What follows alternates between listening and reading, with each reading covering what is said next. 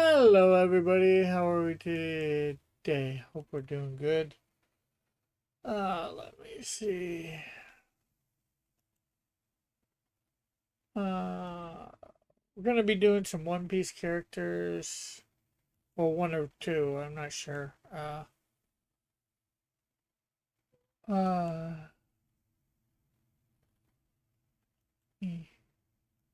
Kinda. I'll figure out what I want to do. I know what I want to do, but it's getting how to do it for a second. And that's, of course, share this out.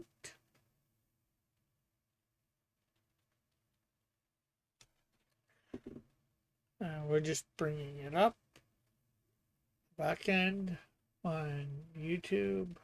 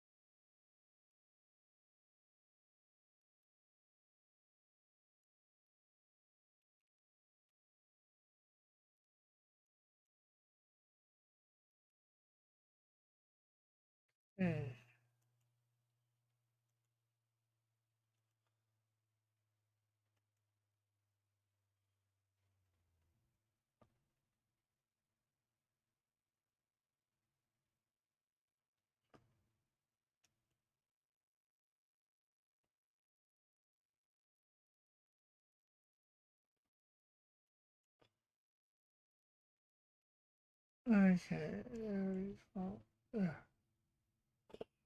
Okay, so Manga Monday. Let's see.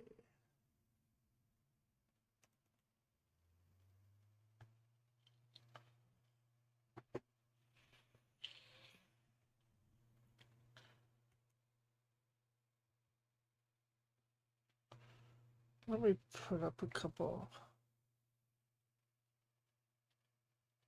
Open with photo, and then let's come here. Uh,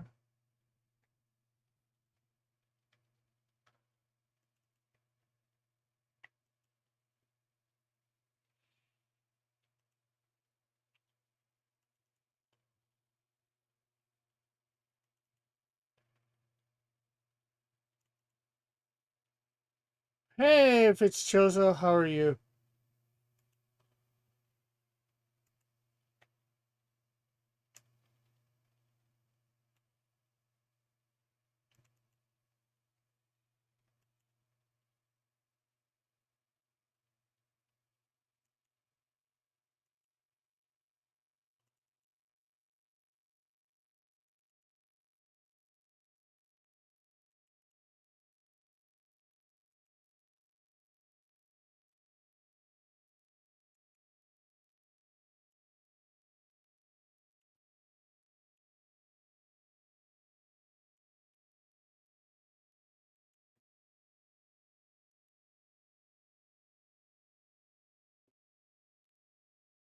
Okay, so let's get in there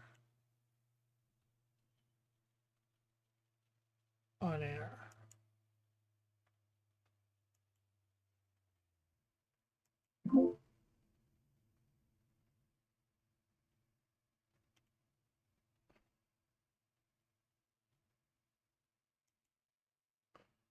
Stream doesn't say the character's name. It doesn't say the character's name because I wasn't sure which one I wanted to draw, and I'm still not completely sure. between these two characters. That's why I just said One Piece.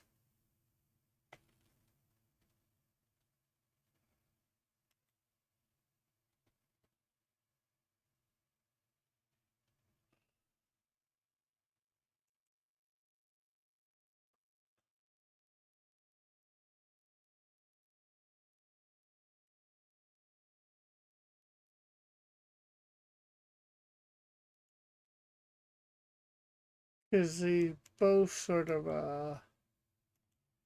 spoke to me.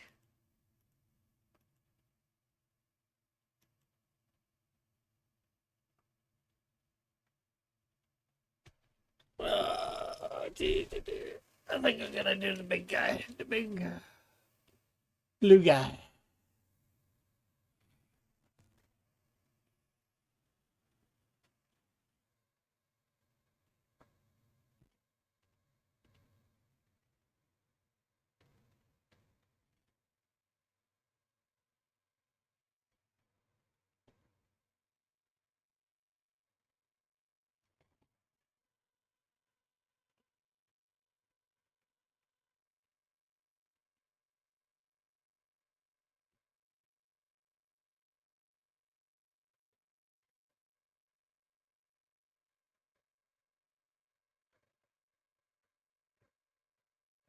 So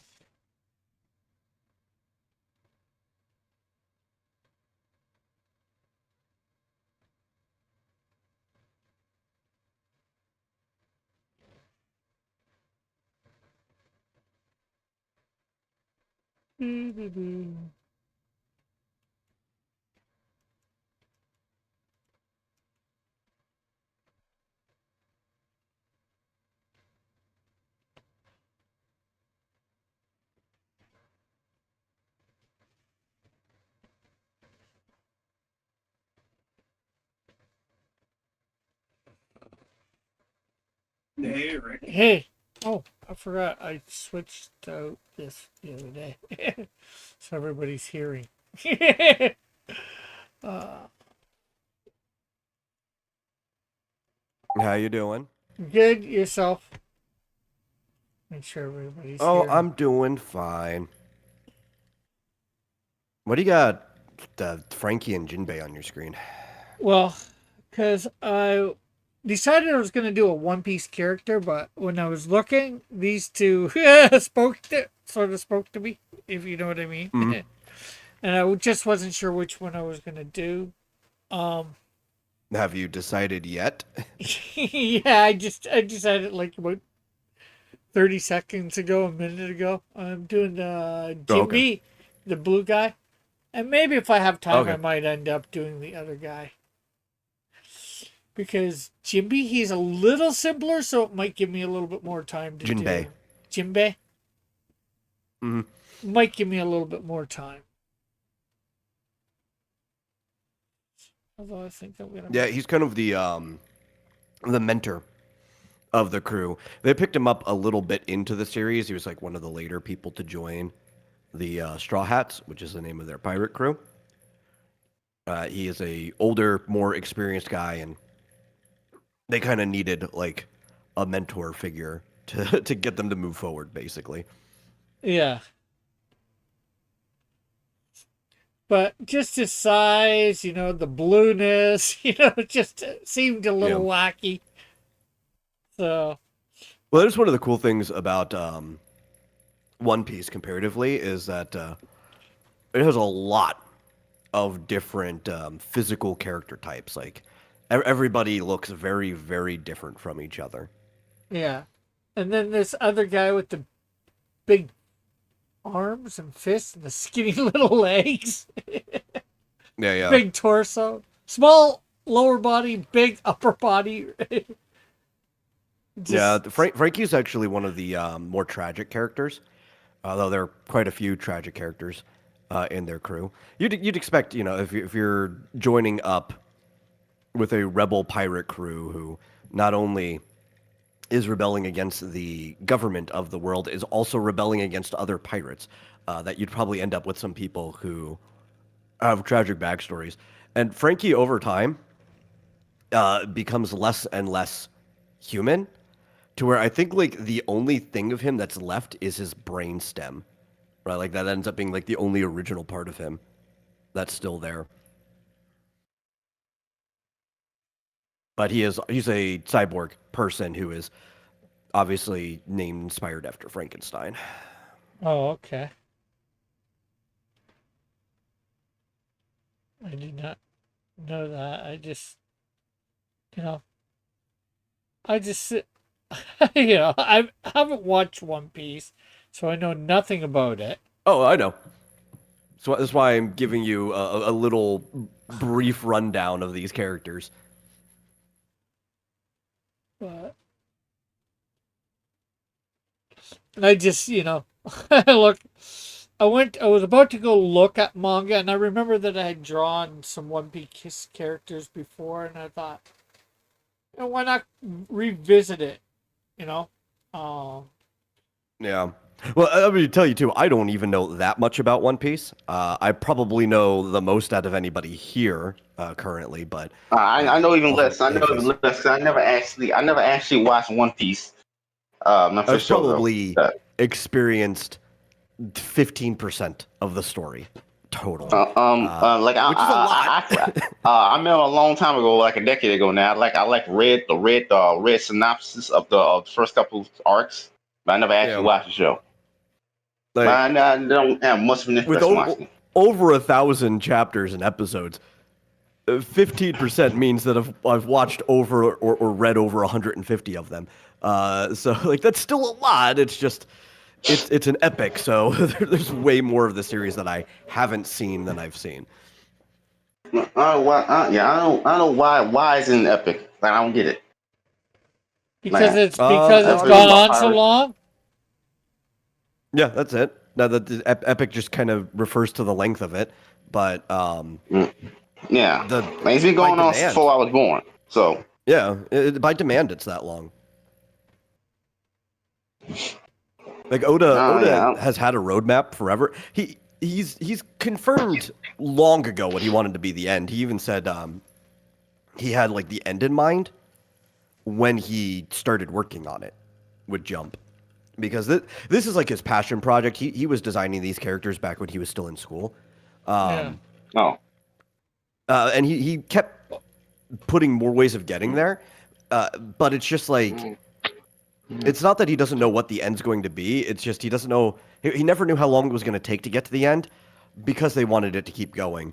And also, the longer it goes, the harder it is more to money you get. reroute it to where it's going. Plus the more money you get. So Yeah, but I don't think that's really much of a problem because the thing is, like with One Piece now, it's even how it's been a decade and a half ago. Like let's rewind 15 years. It was popular enough that if he had finished it and he had started something new, people would have read it just because Oda was working on it. Like I don't think the money is the problem. I think it's more of people don't want to leave the world.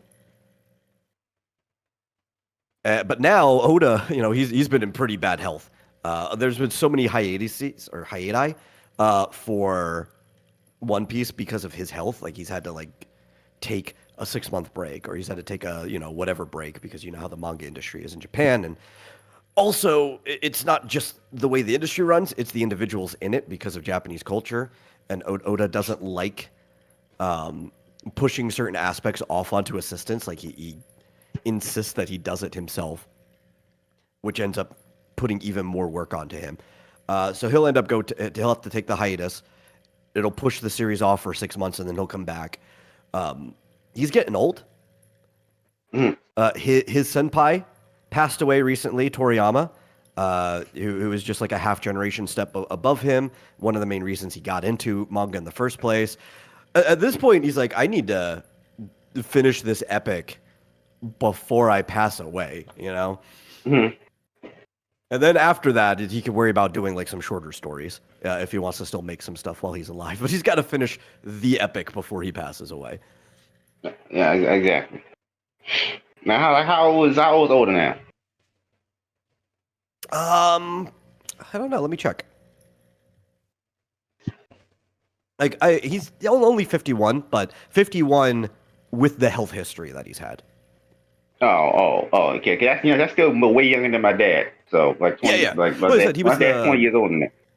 he was like the generation step, or like the half step or whatever. No, actually, almost a full generation underneath Toriyama, right? Because Toriyama died in his like 66, and a generation's about 15 years, so he's like literally a generation after Toriyama. Um, Yeah. so he's not like one of the oldest mangaka out there, but he hasn't had particularly good health either. Okay.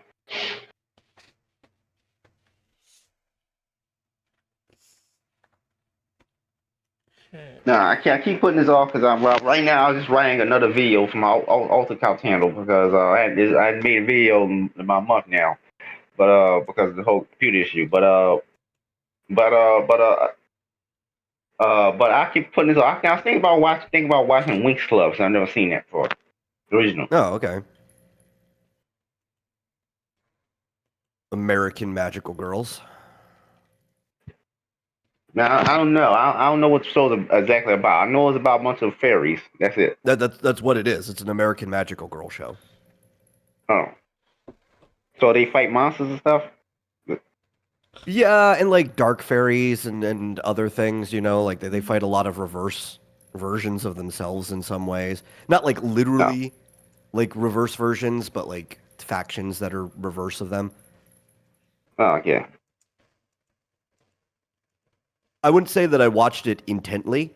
It didn't really capture my attention, but I did watch episodes sometimes just because it was in the middle of the block on Cartoon Network. Oh. Now, when was that show out? Like, when was that thing? Oh, dude, I'd have to look. When did that came out? 2004. Oh, I was a baby. No wonder. No wonder I never saw it. Yeah, and there was like 8 seasons of it. Yeah, I didn't. We didn't. He might be lost. I didn't have lost cable when I was like 7, and didn't get cable again until I was 12. So, like, yeah. Yeah. And it was also trying to like really play into the like the secret school or the magic school, obviously because Yes, exactly. really That's why I think about watching it. yeah. I'm trying. Which I always thought probably one of the reasons it wasn't capturing my attention, that was like the lamest part of the entire series.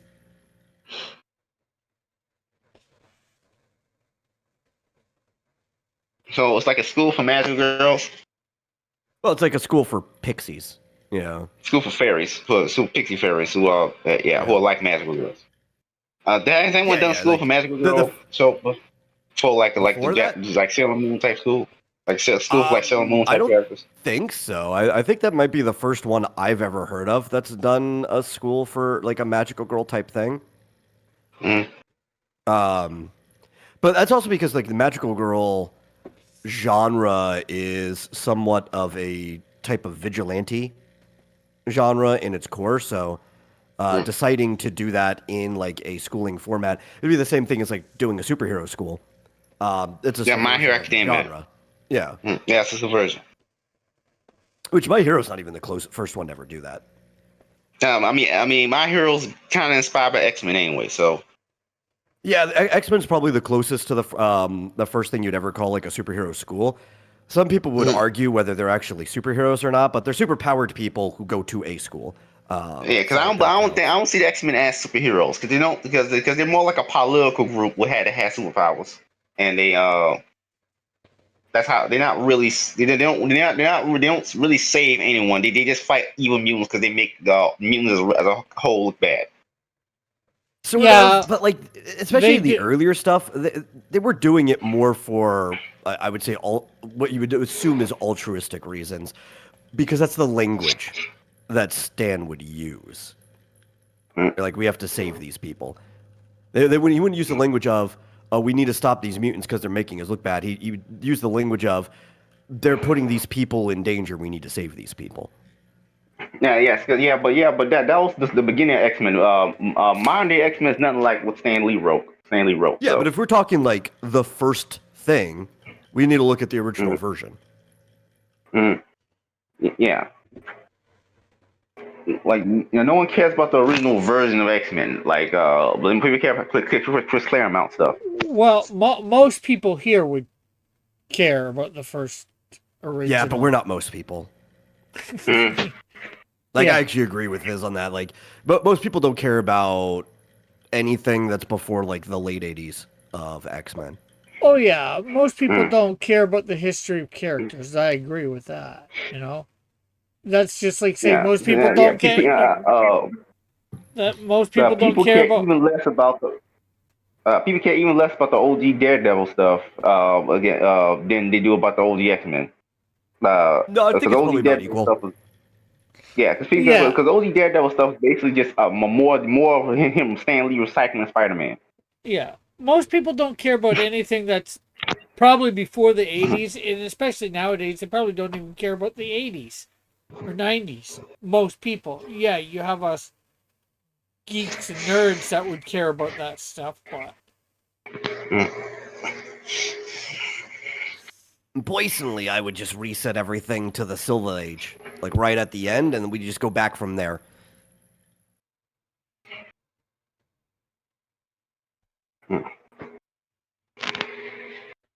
Yeah, because I'm still trying to catalog the tropes of a magical school thing. Yeah, there hasn't been too many of them, but every time it comes up, they do tend to stand out. There is absolutely a contingent of people who like that sort of setting, even when it doesn't show up in magic. If it's done through superpowers or whatever, because superpowers are functionally just magic most of the time. People really latch onto it, but then you just don't see a lot of it. There might be a big gap until the next one, right? Like the movie Sky High. People loved Sky High. Technically, it underperformed, but it got a huge following after it hit home theater. But then you just don't really see too many things like it for... Oh, God, what's the next thing they did? I think there was something between that and My Hero, but it wasn't big. Well, there was another one, Professor Zoom or something like that. It starred Tim Allen. Zoom came out at the same time. Yeah. That was pretty close. I don't want to really consider that after that. Yeah. That was literally the same year, I think. Hugh probably, Jackman, was that Hugh Jackman? He was a speedster or something? No, not Hugh Jackman. Tim Allen. Tim Allen. So Tim Allen. Tim Allen. Yeah. I remember him. And that was I would definitely put that in line with X-Men style storytelling, just without the rest of the school, because he was kind of just mentoring those exact young people. Yeah. I liked it. I think it was straight to DVD too. I don't think it ever came out in theaters or anything like that. I think I ended up watching it on Disney Channel or something one time. I have it on DVD, so that don't surprise me.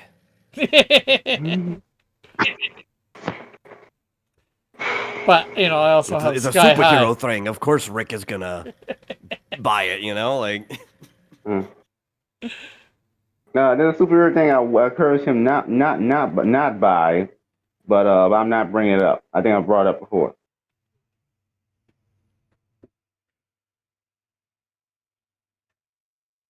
But yeah, it is definitely a popular concept, at least among a certain crowd. That I think it's a pretty big crowd, but they just don't always turn up to the theaters, I think, is the problem. So that's why we don't get too many movies like that. I think it's actually, the problem is trying to get that crowd all in one place is the issue, which is why almost everything that is like that tends to do better on home release than on whatever mass release they did before, right? Like the shows, maybe Winx Club being an exception to that, and then My Hero afterwards. But any series that does that just doesn't end up performing well during its initial airing, but then people will end up getting the box sets and stuff later on. Maybe that would change, though, if they decided to start doing stuff like that through streaming channels like Netflix. Specifically Netflix, because Netflix is the most popular one. Because then it's the chance that all of your audience has Netflix is pretty big. Or at least the vast majority of your audience has Netflix. and they can go watch it on their own time. So maybe it would do like higher rates of success than they would back when you had to make sure it was on the channel and time block that everybody who would be interested in your idea was watching it. Yeah, I'm trying to think if there's anything else, any other series that I remember like that, or The thing is, I got just have big delay laptop. You were I really quiet. What? yeah, your mic went way down. Wait, you can hear me now? A Yeah, I little can hear you bit. just quiet. I ain't just the audio on that. Yeah, I don't know what. Are you a little bit further away from the mic, or? I'm on my phone, so. Oh, okay. Oh, it's probably noise cancellation, deciding that your environment's too loud, so they're quieting everything. Yeah, it's really hot in my house. That's why I got fans on. Oh, okay, that's probably part of it. Because I can't hear any of the fans, Okay. which means they're probably lowering all of the sound so we can't hear the fans. Okay, but I wanted to say set a lot of stuff back, but I'm still probably going to try to make Rome on from episode 2 next month. Cool. The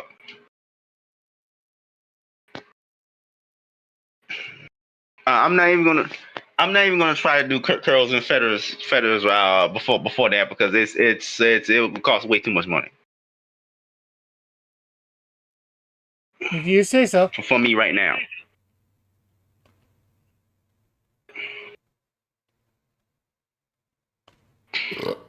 Oh, excuse me. Curls and feathers project I want to do with the little girl traveling with a wizard who's an asshole.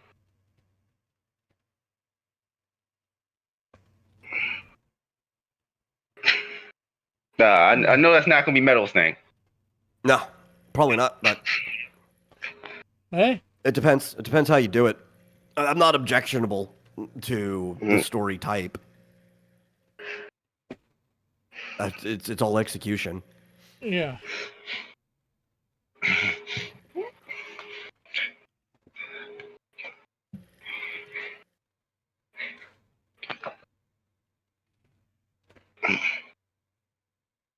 Yeah, I recently was playing Baldur's Gate 3. I'm not that far into it.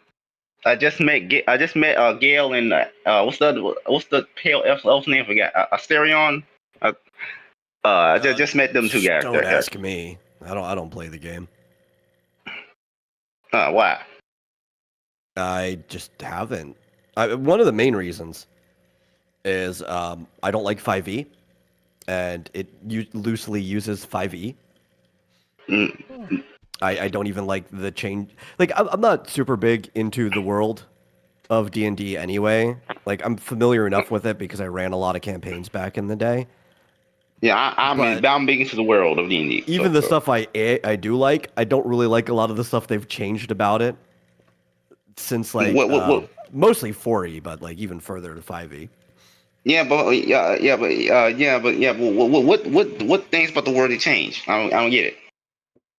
What I mean, a lot of it is how the races interact with each other, right? Because it's one thing to have individuals or like enclaves of races that used to have problems with each other not have issues, right? Like you can always have individuals.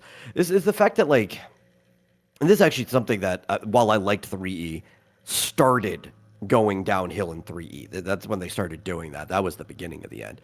But there's really no social disadvantage for being any race now, which kills a lot of the storytelling. I mean, this game I don't. This game they bring up how Gith Yankee are untrustworthy. So that's the very start of the game. Well, that's because fine. because one of the characters in your party is a Gith Yankee specifically, and then the other characters don't really trust her at all. How do they feel about tieflings? I ain't encountered a tiefling in PC yet. You can play as one if you build a character, but I ain't encountered one in a while yet, so I don't know. Yeah, because I wouldn't even want to build a tiefling unless the entire world was going to be racist to me. But that's the thing, is in current D&D lore, they treat tieflings like they're just anyone else. If you go back, though, it's like, well, these guys are descended from fiends. You know, like, you can't trust tieflings. I know there is a tiefling NPC, but NPC, but I just ain't encounter her yet. So I don't know. I can't say anything about that. I've seen the full videos and video clips of her, but I ain't encountered her in the game myself. So I don't know what to say about this character. Yeah, but that's most of my heavy thing when it came to the lore. And the reason the lore changed in that direction for the most part is because babying players. They're like, well, I want to play the demonkin, but I don't want any consequences from playing the demonkin. And it's like, well, why do you want to play the demonkin without any social consequences? Right? It's like going all the way back. It was a detriment to play a half-elf in the earlier versions because you were neither like human nor elf. So a lot of the humans looked at you as if you were untrustworthy like an elf, and the elves would look at you like you're this impure cretin that they don't want to help. Actually, in the 2014 when 5e first came out in the Player's Handbook, they actually explained that about half elves. Like, they actually told you that directly, that half elves are not very liked. Oh no, I remember it's in there. But the problem is then you go and play in a campaign, and it's not written into any character. I know, but they tell you that in the Player's Handbook, though.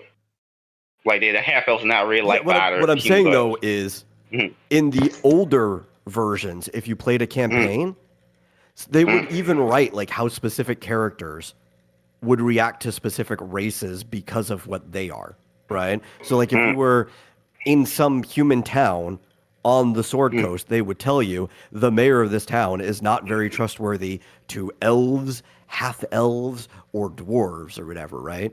But they don't do that anymore. They leave it entirely up to your GM when it should be the opposite. If they're making a campaign, they should flesh out the character and leave it up to your GM if they choose to ignore it. Yeah, but at least the characters are untrustworthy towards Lae'zel because she's a gift. Yeah, it's something. At least, it's better than nothing. At least that's at least something. I ain't encountered a tiefling, set tiefling NPC yet, so I don't know.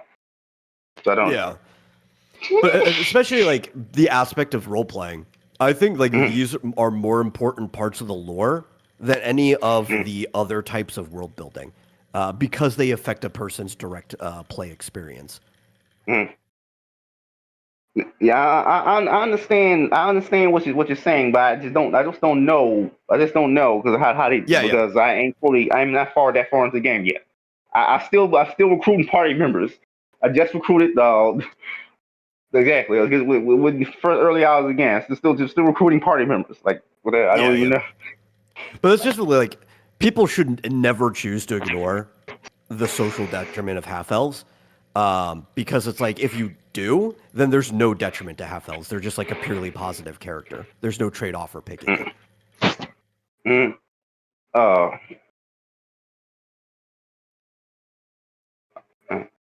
I know in this game, they allow you to play as either a Lost One Drow or a Southern Drow, which is very rare lore-wise.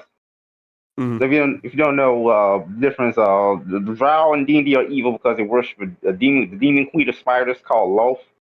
Yeah, no. But the Drow are still elves at the end of the day, so they can worship the Southern, the good elf gods. But that makes them outcast amongst Drow, of course. The other Drow probably killed them. Yeah. It's just the name of the dark elves of D&D.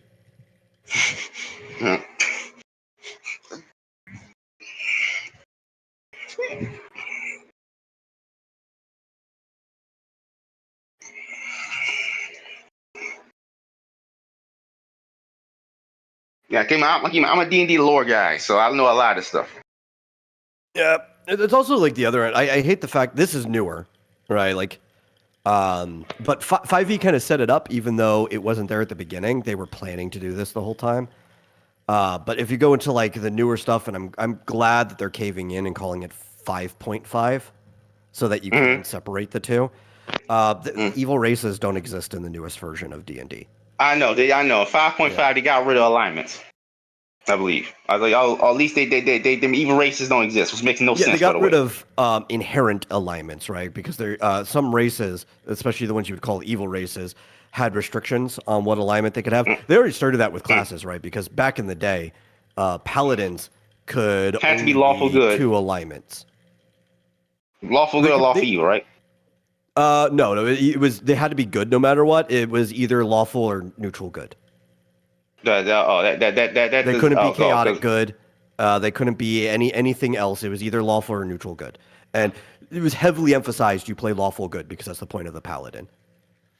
Because in my later editions they made it so the paladins are inherently lawful, but it can be good or evil. Yeah. But now it's whatever. It's like there are no restricted alignments for classes at all. I know. I know. I think that makes no sense. It makes sense for some paladin. It makes sense because the paladin just needs to have like a god, a connection to a god. Yeah, and they have evil gods in D&D. So it's like, if you want to be a paladin who takes an oath for an evil god, that makes sense. But paladins are lawful. I mean, they're knights, right? They're named after Charlemagne's knights. So law and order should really just be like their big deal, regardless of what god you take an oath for. Exactly. Exactly. But now you can now for a lot of other classes, being any alignment makes sense. Like a wizard, the wizard can be literally any alignment. It doesn't matter. That makes sense. Yeah. I mean, there's some added stuff that it's like a warlock probably should be evil, but they never did that. No. They're all good warlock patrons. If you don't know, because warlocks in D&D, do you know how many possible patrons there are? Yeah, but I'm going back to like when warlocks were first introduced, right? Warlocks, opposite of paladins, would have made sense. Just be evil. Yeah, it does make sense later as you expand it to be able to just have any patron at all. Because you can get your power. You can make a deal with a fairy or even a celestial to gain the game. Yeah, so. But like in its inception, it's one of those ones that it made sense that you can only be evil. But like all of that stuff just keeps expanding, and I get why they do that. And it's because when they first created something, because different people created it, right? It's not like the same people are working at Wizards specifically for D&D as they were back when some of the stuff were first created. Some of the stuff was created before D&D was at Wizards. They created something with an idea, but they didn't actually think about how expansive their universe was, and be like, well, we're kind of like imprinting real world culture onto these restrictions, right? You think of a paladin, it's like, well, yeah, but because Charlemagne's paladins were all Christian, so of course you would be imprinting the Christian god onto their nature, but the Christian god doesn't exist in D&D, so you need to expand it past that. I think that's one of the reasons why some of this stuff changed, and as long as it fits the lore, I haven't had any problem with those specific changes.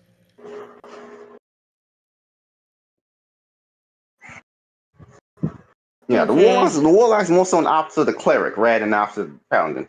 But yeah, but I'm just saying, like, the nature of how it was first introduced is why it had restrictions. Oh, I didn't put thing on this foot.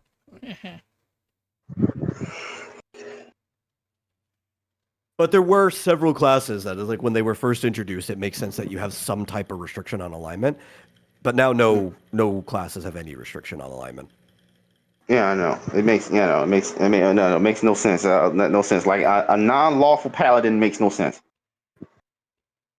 Yeah, because at that point, it's like, well, you could just be a fighter that specs into a lot of the same stuff. Sure, you wouldn't have some type of smite, but or like You didn't even need lay hands because the problem is there's so much like subclassing with different like disciplines and paths and stuff that you could play a fighter who knows some healing, and then you're functionally just a paladin without the restrictions of a paladin.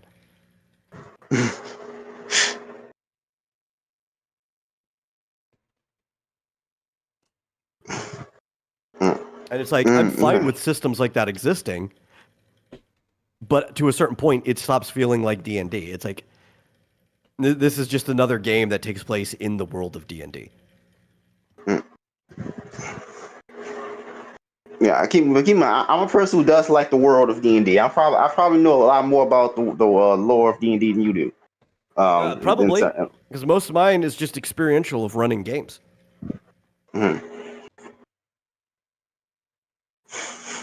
Like I recognize the Null Lord almost immediately because that's at the start of the game. Null Lord is the mind, that's what Mind Flayers call their spaceships. Yes, the Mind Flayers are aliens. Yeah. Also knew about Ceramorphosis already because again I know all about the Mind Flayers. The Ceramorphosis is what Mind Flayers call the reproduction. They're parasites. I think my problem is, while I enjoyed playing the game, I don't think I never thought any of the like specific stuff to D&D was all that interesting lore wise. I do. I've never played a tabletop game, but I've been reading books for years. D&D books, lore books, like a lot of DM material for years. So I actually do find a lot of stuff interesting. Dragonlance? No. That's like the one interesting setting in D&D. I do want to read the Dritz books, but I never got a chance to. Like I want to buy those books one day. The Dritz books. Yeah, I think Marsupial has all the Dragonlance books on his shelf. But I don't. That's actually one of the least interesting settings to me. I want to read. Weird. That's the most interesting setting. I want to read the Dritz books. You know Dritz is, right? Not off the top of my head. He had there's a long running book series about Dritz, the good guy Dark Elf, who rebelled against Lolf. He was banished from the Drow Society because his parents. Oh yeah, I kind of know about this guy. Yeah, because this book takes place in the Forgotten Realms. Yes, and then he got banished to the surface world and wandered around as a guy, became a hero. I heard this really good books, but I never actually got a chance to read them myself. Oh no, I've never read it. I think he showed up maybe in one of. I think the first Baldur's Gate game showed up. Yeah. I've played the first 2 Baldur's Gate, but it's been a long time. I'll tell you what games I enjoyed the most though were games specifically. I enjoyed Neverwinter Nights. I thought Neverwinter Nights was a great game. But in 5.0, they actually did have inherent alignments for a lot of races. For example, in Volo's Guide to Monsters, during the Monsters Adventurous setting section, they outright stated that orcs tend to be chaotic evil, kobolds tend to be lawful evil, etc. And they got rid of all of that in 5.5. Exactly. Mostly because people cried racism because they were imprinting that orcs were black people for some reason. Why? I don't know. I'm pretty sure there's black humans in settings. There are. I don't even get it. The humans come in like every range of skin color. Exactly. In fact, they get darker the more south you go along the Sword Coast. I know. I know, but keep in mind, it's not saying it's not called Sword Coast. It's called Faerun, the actual Forgotten Realms continent. I know, but like my favorite part of the continent is the Sword Coast. It's where all the most interesting things happened. I know.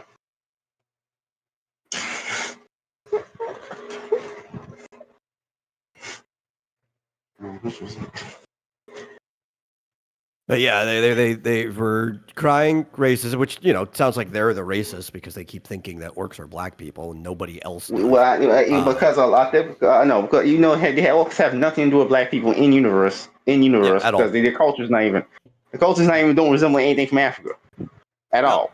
Nope, not at all.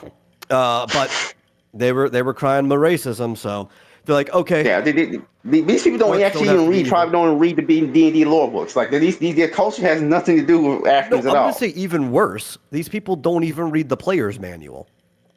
I know. In fact, most of these people don't even play D&D. Most of the people who cry about racism don't actually play the games. Yeah, they know nothing In about most it games yet. they cry about. Yeah, they know nothing about them yet. They think they do.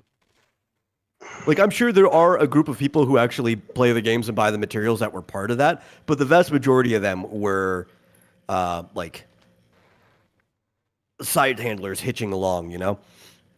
They didn't even know. They didn't even know. They probably don't even know who Grumps even is, or the character Grumps even is. Or they Probably not.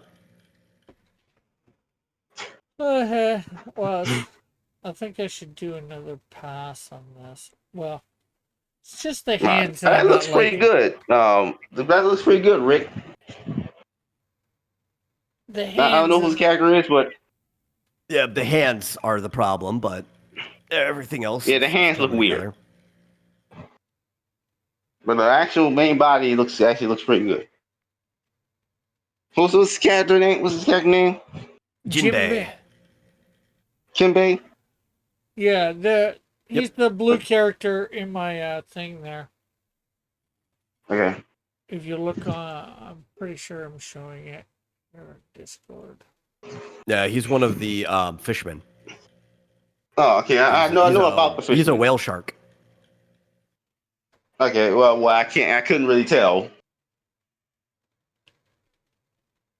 I think it's just because of his size, like because he's got sharky aspects. Those kind of like stripes that are on his neck that Rick drew are actually his gills.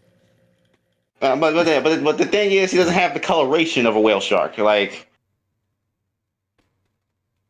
that's the thing. Well, I mean, proportionately to the other sharks, he would be in that zone. But that you're gonna have to blame, I would say, mostly on the color team, not on Oda. Oda's done some color work, but he mostly works on the black and white, and the coloration that Rick is using is from the show. Okay. Then no wonder it doesn't make any sense. That's like I've seen whale sharks before. That's on. I think Toei does it. So Toei decided that was the shade of blue he was going to be. Whale sharks. I don't think they're even blue. Like brown and white. It's like.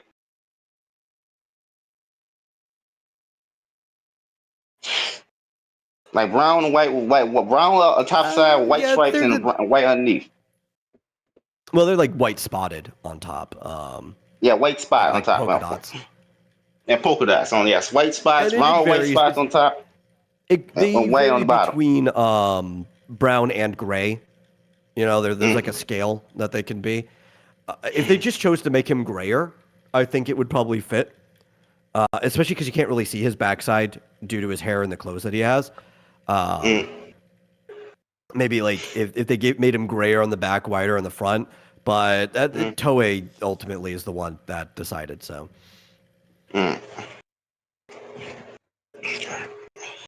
like they started animating so fast, I don't even know if there was a colored picture of Jinbei before he showed up in the show because he's a late character. Okay. Like, what was the first chapter Jinbei showed up in?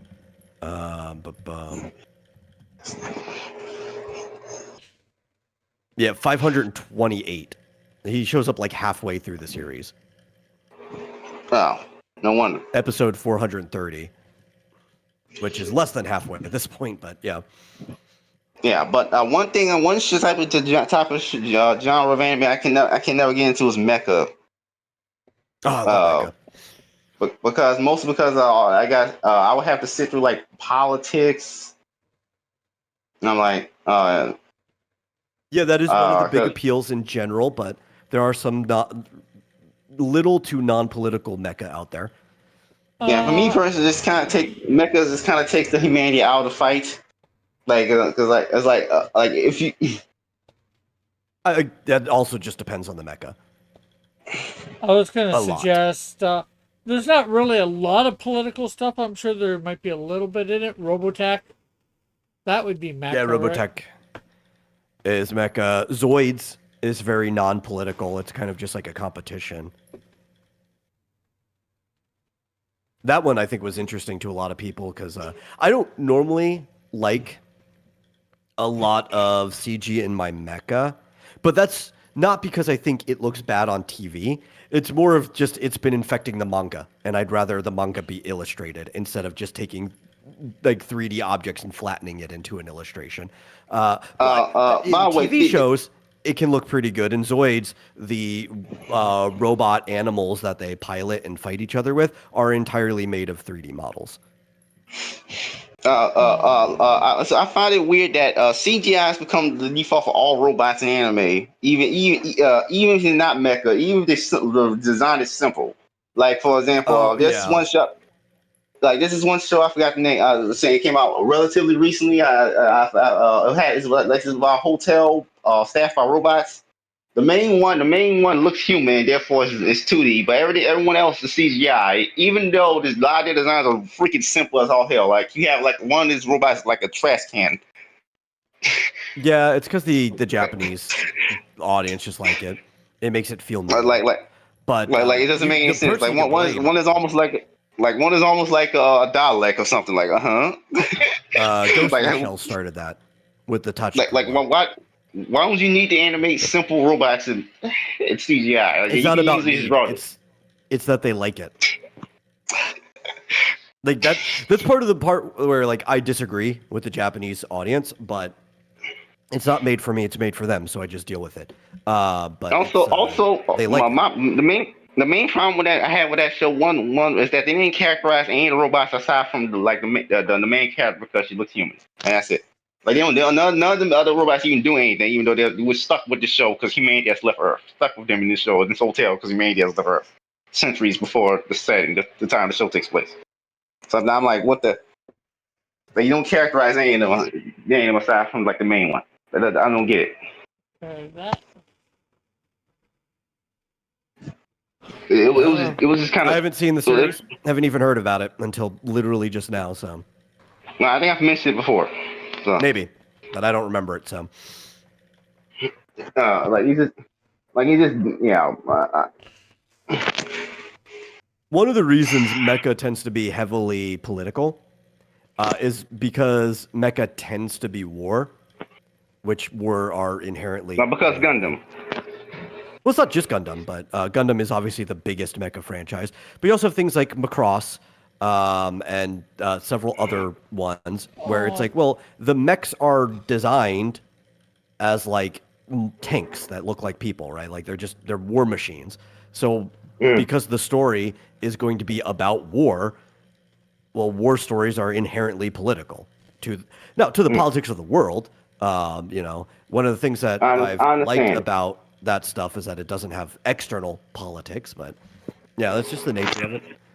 I was also No, gonna good, say Uh, good another wing. one that's not. I don't think is super political. Voltron. And that would uh, be Yeah, I mean, mecha. technically it is to some degree, but it's like just background thing of like, well, there's a member of the royal family in the team, and like there is governance, but it's mostly robots versus like space monsters. Yeah, well, that's what I mean. That's why I'm saying Yeah, yeah. not a lot, It's like the most minimum it could possibly be. It's and about as maybe political as He-Man is. what's the name of it? Gotchamon. Yeah, but that Gatchaman's not really mecha. so, from what I heard, more like Super Sentai or something. Yeah. Yeah, I guess so. I'm just thinking, they go in their space vehicle off, and I guess they don't really get in mechs to fight. Yeah. Well, I mean, Super Sentai is more mecha than Gatchaman is, because they have to form their Megazord to be able to fight the kaiju. But yeah, so even ones that are inherently political, but when you watch it, you're like, dude, the politics don't mean anything in this series. It's just flavor. Gundam Wing, whose entire story revolves around the politics of that world, but it's written like a 90s like action movie. And so it's politics matter about as much as say like the Fast and the Furious does. Right? Like you're constantly in political scenes, but you're like, this is all just wacky. You know, it doesn't. It's taking itself seriously, but this is all just wacky. None of this actually matters. It's just setting up the robot fights. I love Gundam Wing. Gundam Wing's ridiculous. Or the other Gundam where politics don't really matter to it because it's more of like a sporting competition is G Gundam, where you talk about like some people. You're saying it feels like they take the humanity out of the combat. But yeah, a lot of Gundam feels that way because there's a lot of them where they'll have drones and like the people piloting them will just kill a bunch of drones and they're not even fighting people. That's not very common. I think they actually borrowed that idea from a bad localization where they were trying to make it seem like they weren't killing a bunch of people. And you're like, oh, but that's a cool idea. We should bring that into a series sometime.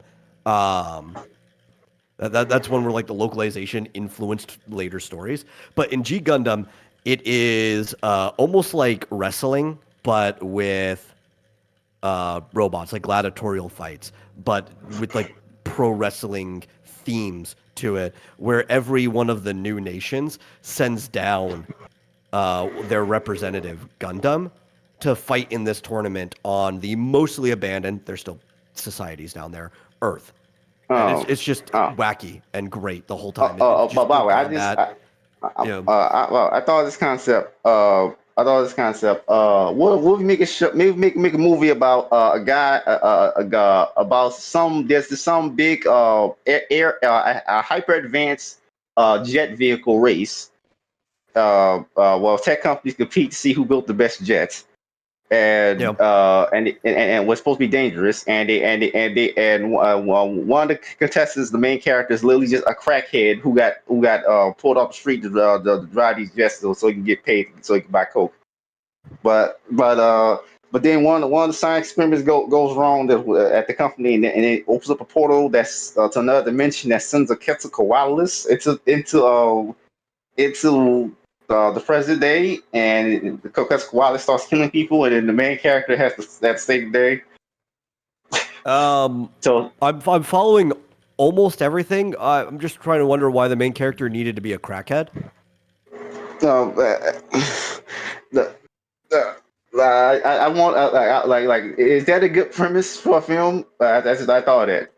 Is that like main character? I'm not saying it's a bad premise. I'm just the main wondering character why is a the thrill choice. junkie. The main character is a thrill junkie, and a Quetzalcoatlus is like a beast that kills people for the thrill of it. So they're like two thrill junkies going at it. Yeah. I just like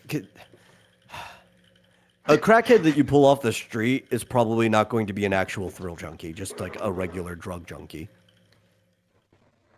Now, if it was like more, well, I'm saying like a crackhead you pull off the street, which is the words you used, is probably not going to be a thrill junkie. He's probably just going to be just a regular high chaser. Like a thrill junkie would be more like, okay, maybe if he did traditional cocaine, like powder form, right? Like people did back in like the 80s in all settings. And maybe they got him right after he was like skydiving, and there was a whole scene where like he was the chute didn't necessarily pull right away, but because he's such of a thrill junkie, like he's not even freaking out, takes the whole thing off, like fixes it in midair, and then gets it at the last possible second to be able to still slow his descent. But he's like high on cocaine the whole time. Like, sure, you could use the drug. I just think like if you're looking for a thrill junkie, you need to fine tune the origin. Yeah.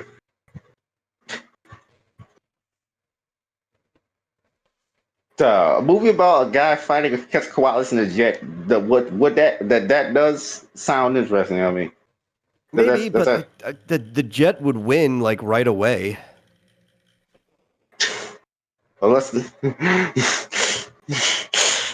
it's not even a fight, you know, like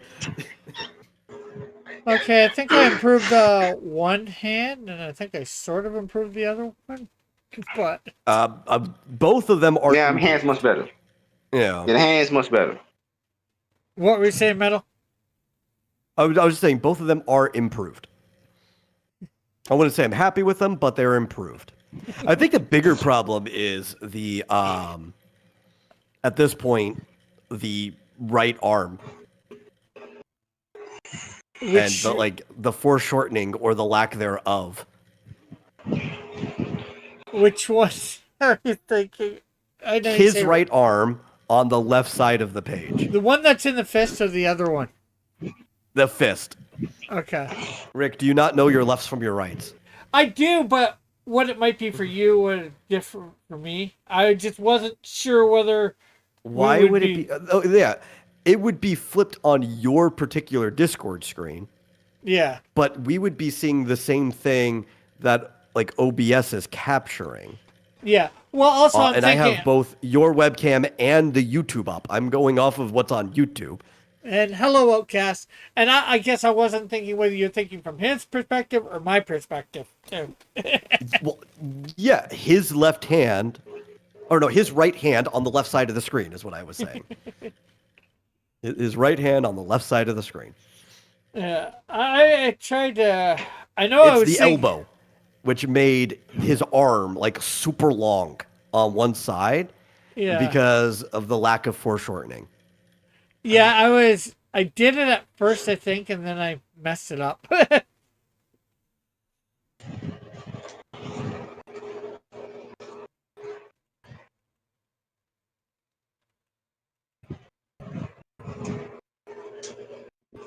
uh, that's probably all right. Which here? By the way, I made a about you heard about mating season?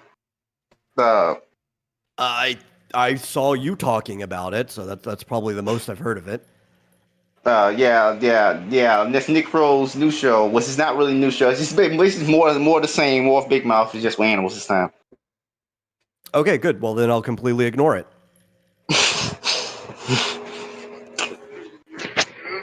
I don't need to know any more about it at all.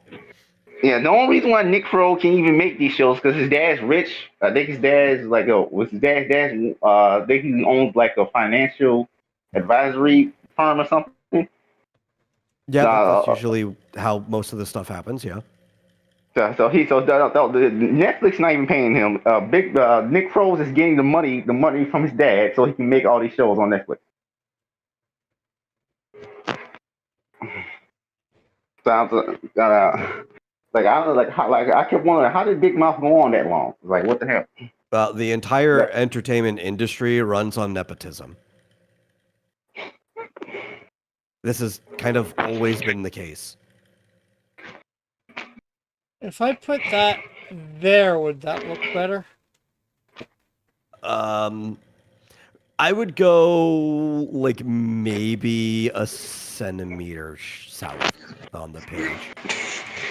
Just because like his yeah, closer to there. Just because like his elbow or his shoulder are crooked, right? So that shoulder is lower than the other one. So you wouldn't want it to be even. Yeah. So right about there, it would look good. Yeah, that's better. Okay, so now I just gotta.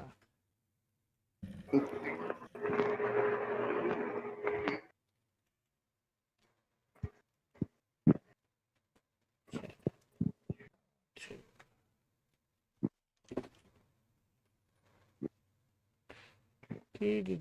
I'm trying to wonder to myself who watched all the seasons of Big Mouth like outside of a reviewer, outside of like an interviewer. I'm trying to figure that out. Like who actually watched this? Because I didn't even I can't even stomach to watch all that. I know some people like IRL. I don't understand why they found it funny, but like I know people IRL who have. No, this is content being shown. It's like we got monsters, aliens screwing the planet. I Like, just don't huh? know why you continue talking about it. Yeah, if you're not into it, who cares? Because I'm kind of tired into these animation Uh, discourse online somewhat. So that's how it shows up on my Twitter feed sometimes. Yeah, but hey, like talking to us about it's not going to stop that. yeah. Hello, Chris. How are you? If you want to come on, feel free. And hello, Alpha. How are you?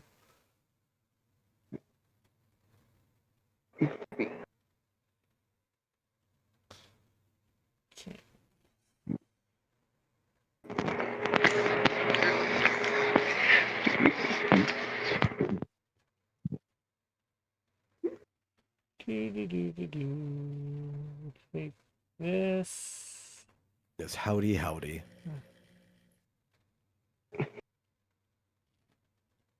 What are we talking about? Nothing important. Now, also, I stated that I just watched because I recently watched the original prototype version of the game Overs back in 2009 2010. And I'm Yeah. like I'm like because I watched the pilot. I do not like it. Okay. The new version they're doing. I like the Um, pilot. I know it's going to get worse from there on out, though, but that's just because I happen to know somebody who's working on the show. No, but the thing is, the thing is, the reason why I didn't like it is it feels like a lot of this doesn't feel like the premise is cool, kind of cool, but execution and about how all this stuff put together is just really bad. The main thing I didn't like is the fact that Kit should not be the main character. She's not that interesting.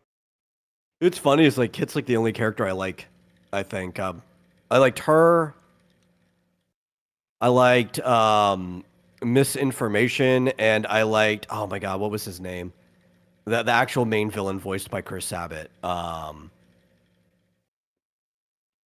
Oh man, I'm blanking on it. But like the big bad that they work for.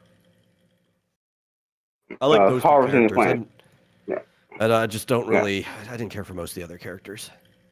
I like gobbles and I like flappers. Because Oh yeah, originally yeah. they were supposed to be Both characters originally voiced by Ego Raptor. I know, and they was originally from the pod, the original prototype versions. It feels like this should just be their show, honestly.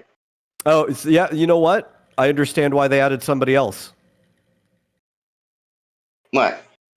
Because those characters aren't very interesting. I actually think I think because the original prototype version it was just gobbles and flappers, and I feel like they're the more interesting characters from the from. Like, I don't think Kit's that interesting.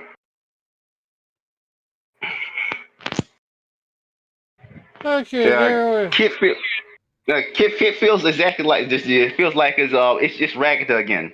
It's just Ragatha again, but she's the main character this time. That's how it feels.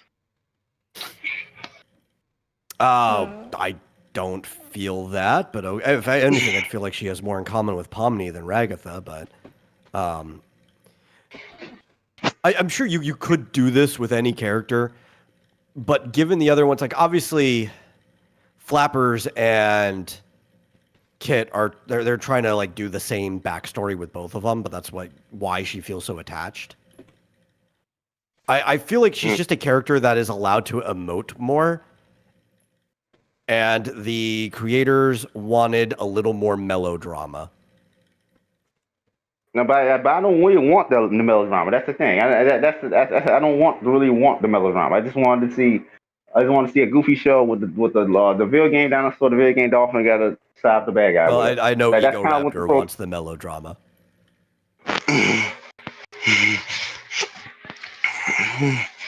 Yeah, I don't really like melodrama too much. That's why it's part of the reason why I never get into X-Men. I think a little bit alpha. Chris says I can't. No, I'm this is an working indie on, animation at the moment. Game Overs. Chris. I can't. I'm working on rickifying my color. Rickifying my colors. On Cyclopean 10 laugh out loud. And then he says hello to Emma.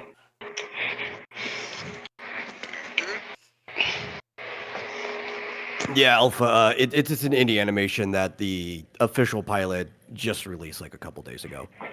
I also noticed a pattern. Every Blitz show has to have a female main character, even and in this case, it kind of feels like it kind of feels forced. Like again, the original prototype version did not have Kit. Yeah. It was just cock gobbles and flappers. If you watch the The thing is, old though, prototype, like, I'm not going to reveal who is the person I know that works on the staff for his sake. I'm not going to talk about him publicly. But from having a conversation with the guy I know that's working on it, Kit's like everyone on the staff's favorite character. now I mean she's in this favorite. I know 'cause I keep seeing art of her. If you know what I'm saying, like nonstop Rule 34. I was just pile up my feed on one of my alt accounts. Like what? Kit also has a Wait, really cool transformation sequence. Yeah, but I don't care about these damn things. That's the thing. I don't find the Well, character. it's fine if you don't care. Maybe the show's not for you. Yeah, I was just about to say. Not And, every. maybe you thought the pilot meant that it was supposed to be for you, but clearly the people working on the show disagreed. Because And everyone wants to bang Kit on the internet. The whole internet wants to just bang her, of course. Like just non-stop Rule 34. well, This is why some of it just leaks onto my feed. That's how much of it there is. Yeah, I don't know. I don't know how this ends up on your feed because this stuff never ends up on my feed. or mine. One of my alt accounts because I follow creature design. So a lot of so. Because you keep in mind. So,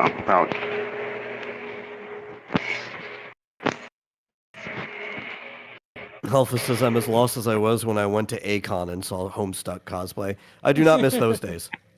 Could not go to an anime convention without running into people all in, like, Homestuck ogre cosplay. It's, whatchamacallit? Cat says, you're not alone, Alpha. I don't know what they're talking about either. And guess what? Neither do I. Which... by the way, I'm going to be doing episode story where I'm going to merge Spirited Away and the Lorax together. Have fun with that. Has somebody ever thought of something ridiculous like that? I couldn't tell you. Probably. I don't know who, but probably.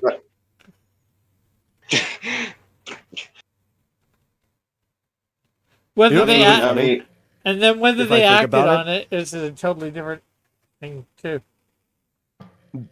It's because of how frequently I used to go. There is a very, very real chance that Alpha and I had been at Acon at the same time as each other and would have passed each other without ever knowing it, because not only do we have never seen each other, we didn't even know of each other at the time, but we were probably in the same place. What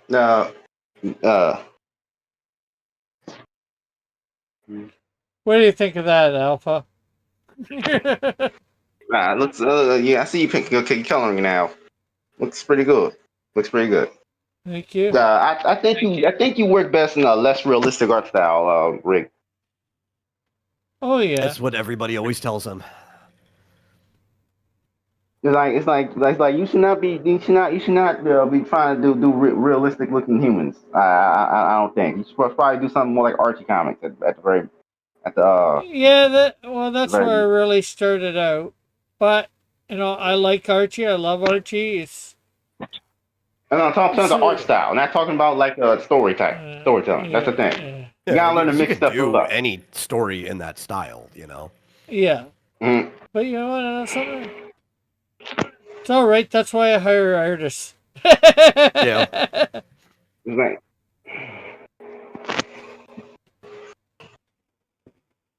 Well, we were getting Rick to do some more kind of like toony looking strips for a little bit, but he stopped that almost as early as he started. What was that for? Or when was that? I think it was the first thing when I got you onto Global Comics.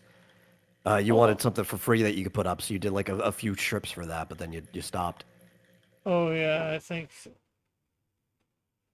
Just so much going on. Yeah.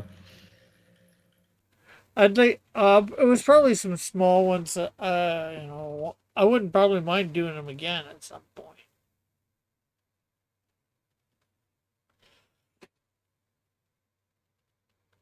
Yeah, let me see if I can find them. There's Cross Comics.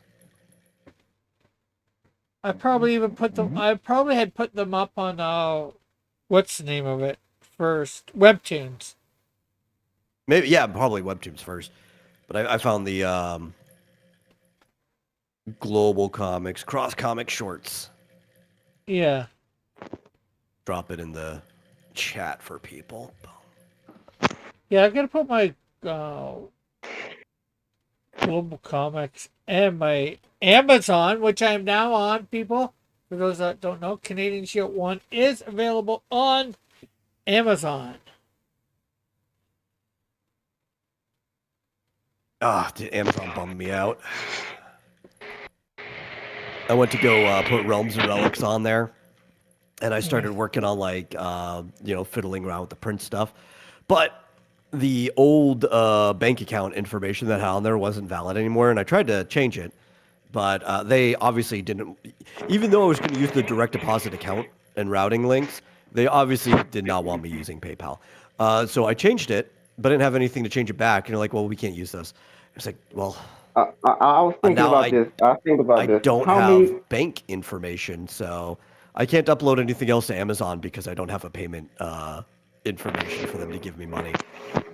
When I'm thinking about this, how many crossovers Archie Comics has done over the years? I'm surprised they didn't do one of Rumiko Takahashi.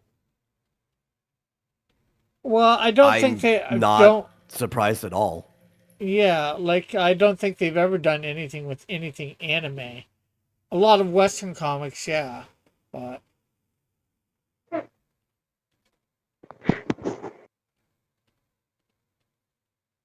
Because that I kind of be fitting when you think about it. Yeah, I mean, I could see a crossover between them, but I'm not surprised it never happened. I mean, it actually makes more sense that it never happened. yeah, Especially because, like, while a lot of people have been inspired by Takahashi and also vice versa, she gets inspired by people. We know that, like, comic creators are far more likely to be reading comics from other countries than, like, your average person is. At the same time, the industries for the longest time didn't really interact with each other. So it's more of like homage and reference is the only thing that ever really happened. You get like pockets of interaction, and most of them are like, oh, Marvel paid a Japanese studio to make a manga version of Spider-Man or something like that. You didn't really get like full crossovers or anything.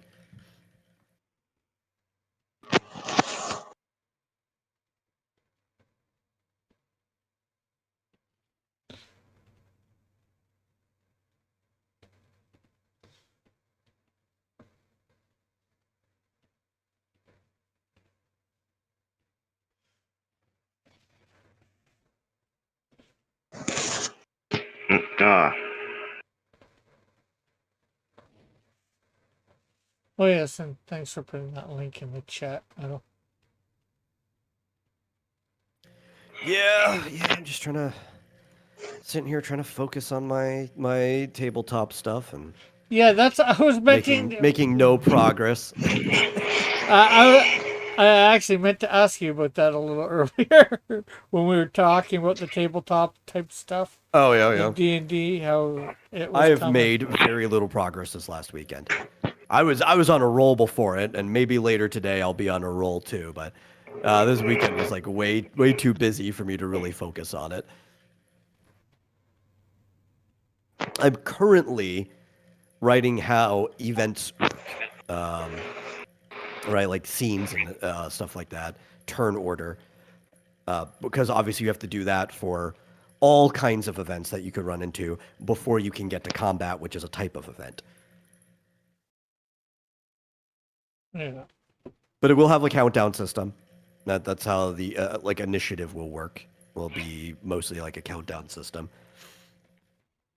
Some of this won't be too dissimilar to what you're used to with the Final Fantasy one that we played.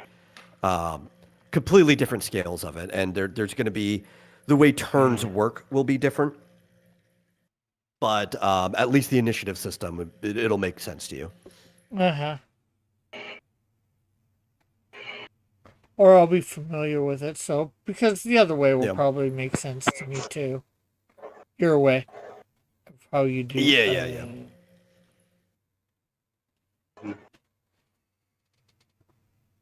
Did I go to Acon 23? Oh, if you're talking about really recent ones, no. Maybe we didn't run into each other if that's the only one you've ever been to. Because that would have been right about the time I was moving away. Like even the year before that, there would have been more of a chance that we'd run into each other. But 23 to now is when I have not gone. Yeah, both of mine and Metal's life in 2023 got really upended. And that year, that year I was still struggling to get a job, so I still trying to look for a job, and then again, 13 years ago. I thought you were saying for 23. Yes, I would have been at Acon 13 years ago. I would have been at that one. I forgot that they don't name them after the year.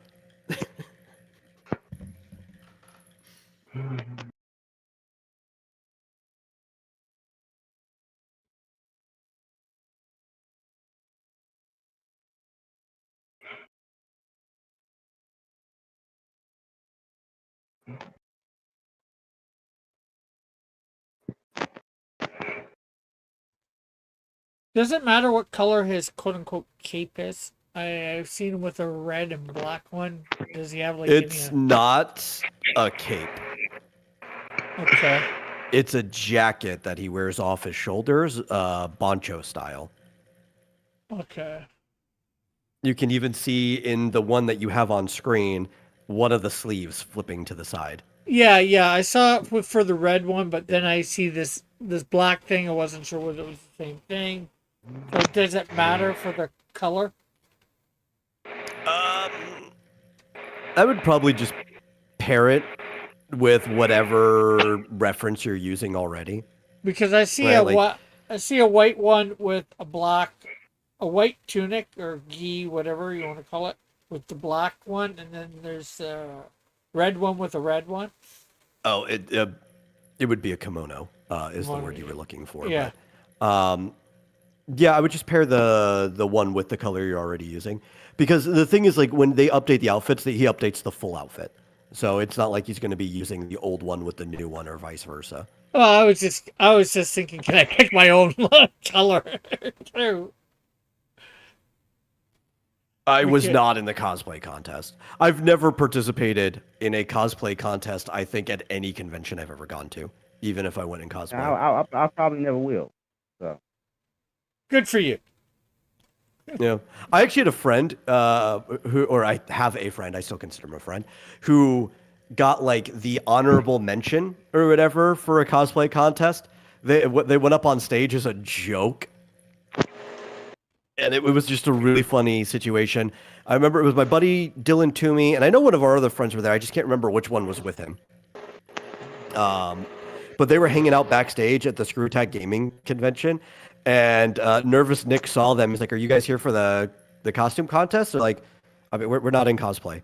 And it's like, but then like Dylan immediately said, "Yeah, we're NPCs from Grand Theft Auto 5." And then Nick laughed. "That's great. I'm gonna pull you guys up on stage under that as a joke." And then they got honorable mention out of it. Crazy. They were just in normal clothes.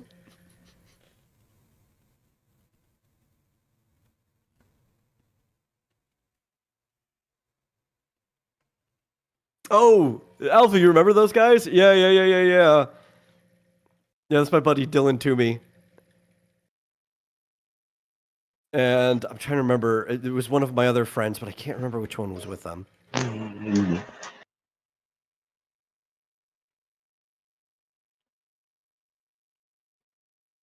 Look at Alpha's cosplay from that year.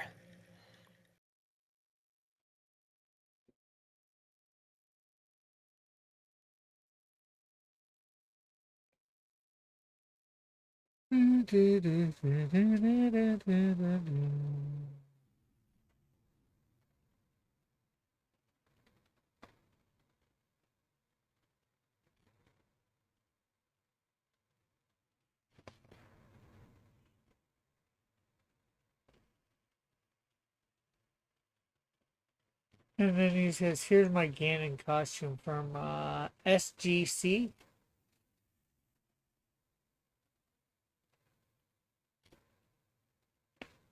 Oh, you were the Ganon in SGC? Okay, okay.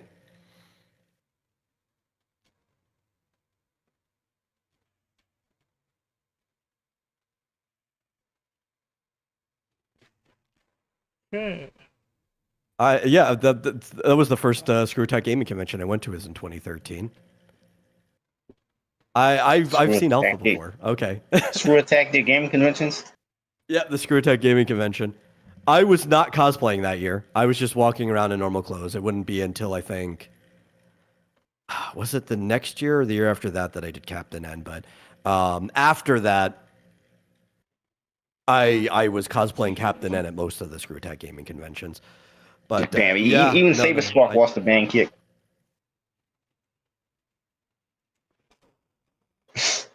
That on my feed, like even Saber Spark wants the band kit, so I'm like, well, no surprise. Yeah, but obviously he was in like full outfit, so I didn't see his face. But like I remember seeing the Ganon. Yeah. So we were within feet from each other. That's a confirmed. We've been in the same place as each other, very close.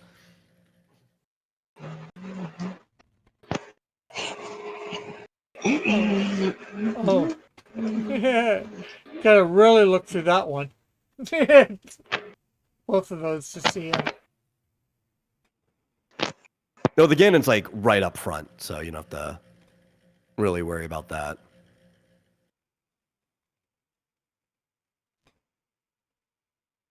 In the first one? No, in the second one, he said, "Here's my Ganon." Yeah. The other one, he time stamped it, so it should jump you straight over to it.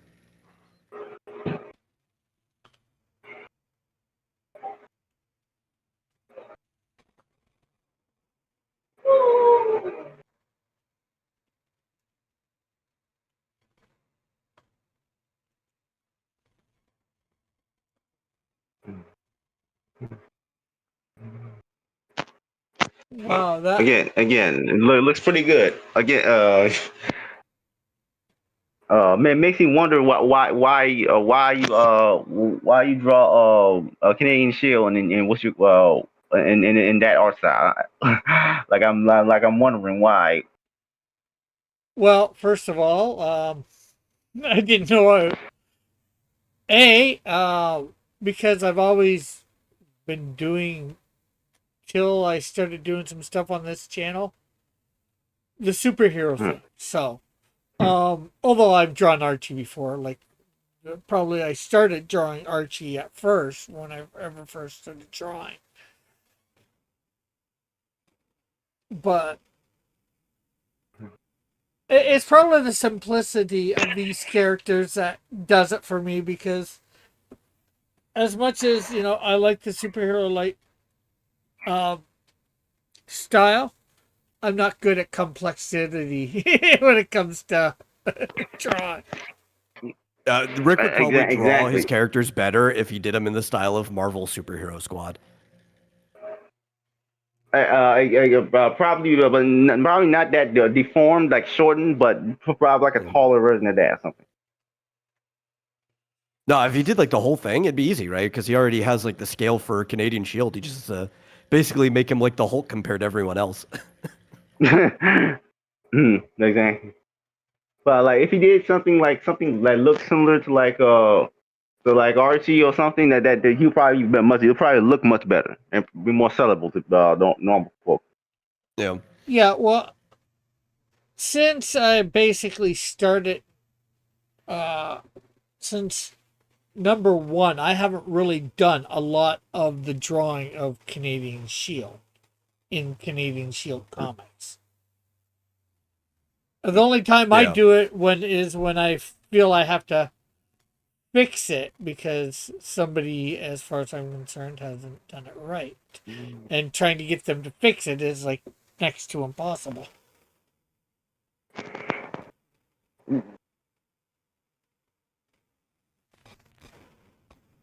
But hopefully that's not going to be a problem with Canadian Shield 4. Because I got a new artist and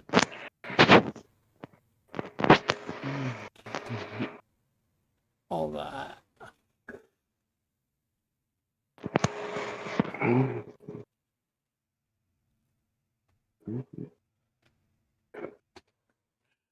That's even better confirmed case now that I think further. Oh yeah, I was just thinking about it because like with Akon, I was often only there for like one day, right? Earlier on, back when I was in like high school, still, I'd probably be there like the whole time.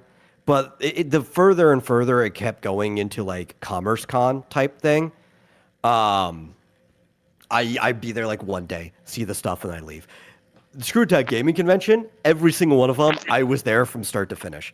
I think in 2013, I did have a little time off because I went to my grandma's place in Dallas to crash.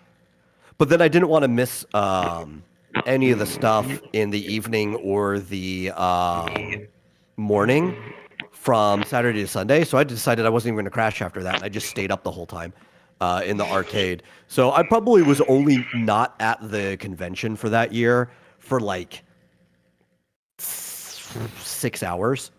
I didn't even get a full sleep. Also, I think I've realized something. I think Adi Shankar. I think Adi Shankar hates fantasy. Was his strange white strange stuff about Adi Shankar at all to even talk about him? He doesn't deserve any attention. Yeah, because he's ruining everyone's favorite video game franchises. Like you, like just. Yeah, it's like I'll tell you my favorite thing that was in the SGC arcade that year too was the Fearless Pinocchio, which is a fighting game that only has a single button. Okay. It's just like dive kick or something. Sort of, except dive kick has 2 buttons.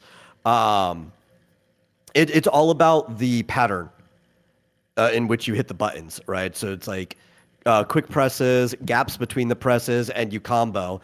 And you can also end up like rolling past the guy that you're fighting. And it's a single player game, like a boss rush type fighting game, but it's built like a fighting game with only 1 button. I was there when Craig beat Mike Tyson for the first time. I stayed up all night watching that. Even got some pictures with Craig afterwards. Yeah, so we were in a lot of the same rooms as each other. Yeah, usually when I go to something, like that, Comic-Con, I usually just go for a day. And I'm usually not even there the whole day. I go check things out, hopefully buy something if I have money, and then leave. Go home. Yeah, well, see, I was a G1, right? So I had that, like, seeing my online family type response to it. It's like, I don't want to leave. All these people I've been wanting to meet for years are here. Yeah. Probably, but of course I stay for the whole thing when I've got a table, but I guess I've never really, except for probably when I went to Alpha Omega Con the last time, I've never really went there to meet somebody. Oh, yeah. And I went there to meet, but I didn't go there to meet Dillard. You know what I mean? Yeah. You were gonna meet Dillard regardless, but Yeah. Yeah, well, I was going down there and I did meet him because I was going down there, but I was staying at his place too, so. honestly, if I knew the arcade was 24/7, I would have just slept in the arcade lobby. I considered that at one point, but I just decided not to sleep. Right, that was the better option for me. At one point, I ended up because there's a lot of people who didn't know the area, right? Because people were coming in from all over, and I was up in the arcade all night. That they're like, "Is there any like place we could go get a snack or drink or something?" It's like, "Oh yeah, there's a 7-Eleven right down the street, like a couple blocks. I'll show you." And the problem was it was in the Hyatt, right? And so, and Alpha probably knows this. All major cities have like homelessness issues, right? So specifically in front of the Hyatt, there's like a big like open park type mall thing with the other buildings around it. Right, it's just a nice little grassed area with some trees and everything. And I always tell us like, careful your step. You don't want to wake the homeless people laying on the streets. They will grab you and try to get money and stuff from you. So we like creep our way over to 7-Eleven, get our snacks, and then walk our way back over to SGC, which also really helped having some caffeine to keep me up for the rest of the weekend. But it also started becoming a habit where after that first time, since I just decided I was going to stay up, and I've stayed up several days in a row often in my life, that I was like, this is tradition now. I'm just going to stay awake all of SGC every time I go to one. Okay, I can't say I've stayed awake for over 24 hours, maybe close to 48, but I doubt it. My record is 76 hours. Somewhere between, I'd say, 24 and 48 hours is where my record would lie. After that, I just can't function. Yeah. Not even for a convention either. That was not why I ended up staying up for 76 hours. You would think, but it's like you do the math, and while they're open all weekend, SGC's not even there for like 72 hours or whatever. They start halfway through Friday and they end halfway through Sunday, so that's not even enough time. It was because of Animal Crossing Wild World that I ended up staying up for 76 hours straight on a 4-day weekend. Thankfully, it was a 4-day weekend too, because I needed 18 hours of sleep afterwards. Like I did not wake up until like the evening of the Monday that we had off. But in Nintendo Power, we had read this thing where somebody had used the tile sets, the patterns in Wild World, to basically put down sprites on the ground to just like decorate their whole town to make it look like a water world. And I was like, I can do that. I could do something like that and get pretty creative. So I stayed the weekend at my friend's house, and a few of our other friends, they just kept handing me their DSs and like design my world. I ended up going all out on 3 or 4 different towns that weekend, not sleeping at all. I by the time you hit the 3-day mark, or like I personally hit the 3-day mark, everybody else was asleep. But I started hearing music coming out of the box fan, auditory hallucination. I was like, I know that there's not music coming out of that box fan. But I hear it's it probably anyway. time to get some sleep. Yeah.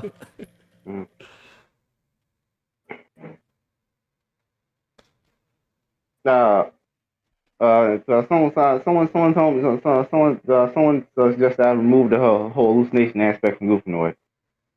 But I'm like, I'm not stubborn. I'm on the fence about it. So I'm like,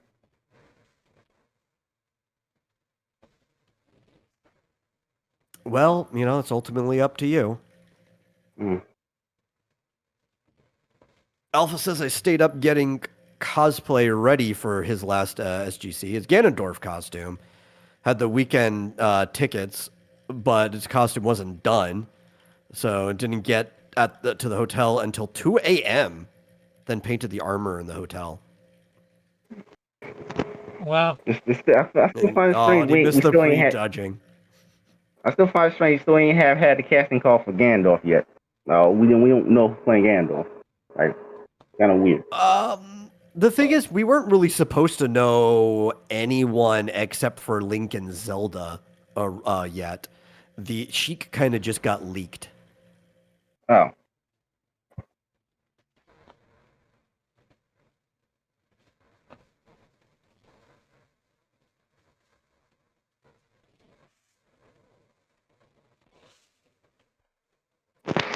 He was running on Orange Tang mix. Man, I haven't thought about Orange Tang in forever.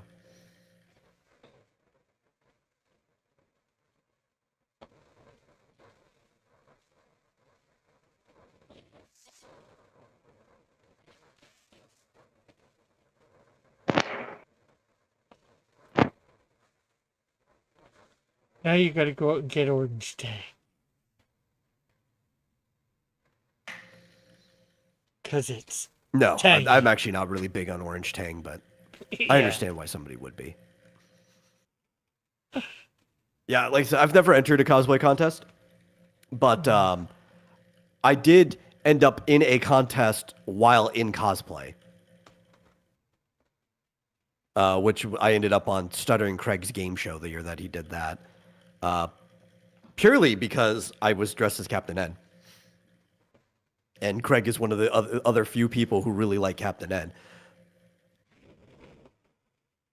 I still have not seen enough of that. Helping him set up backstage too. Like he needed. So I know it's in the 80s. Go. Yeah, it's like 89. He needed people to help him get some stuff from his car because his wife had just what's it called? Drove in supplies when she was coming up for the game show itself with their kids. He's like, "You got a bunch of people?" It's like, "Yeah, I got a bunch of people. Don't worry. I'll get my minions to come help you out." And after that, while in line, he started asking me questions like, what my G1 handle was, what my favorite video game was, blah, blah, blah. I don't know why he was asking me the questions at the time. But then by the time we were sitting in the audience for the game show and he started introducing the first contestant, part of it by like what their favorite video game is, like, I know why he was asking those questions. I'm going to be on stage within a few rounds or so. And I blew it. But it was fun. I didn't completely blow it. I got a question right that like nobody else had got in the audience would have gotten right because they were booing on my answer.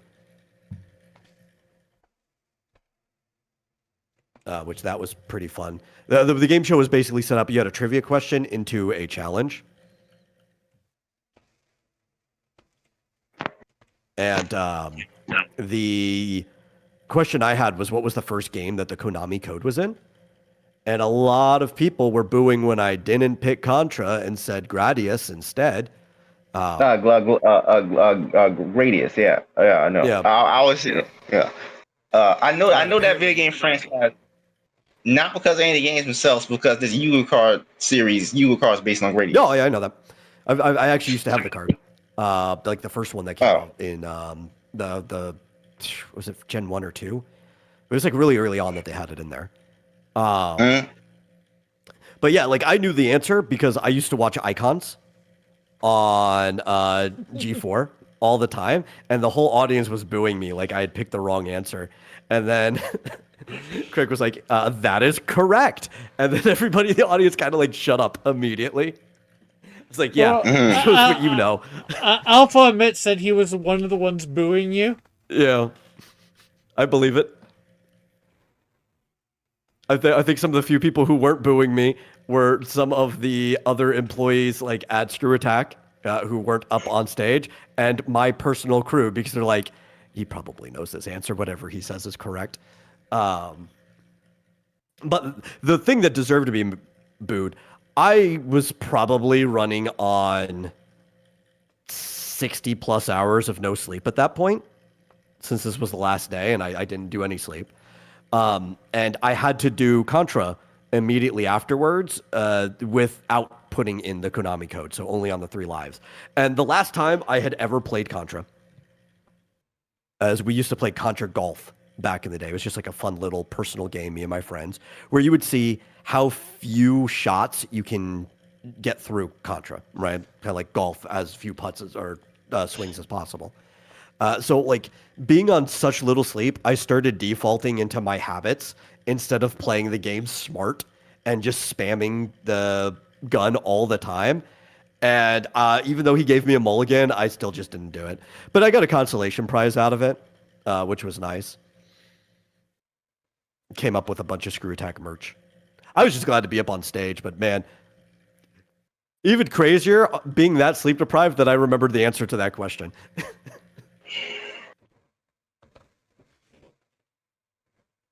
Or was he even able to play the video game?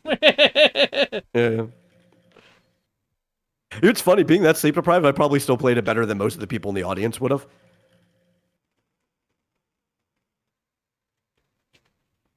And I probably could have at least placed in the free-for-all Smash Brothers round at the end if I had actually passed my challenge.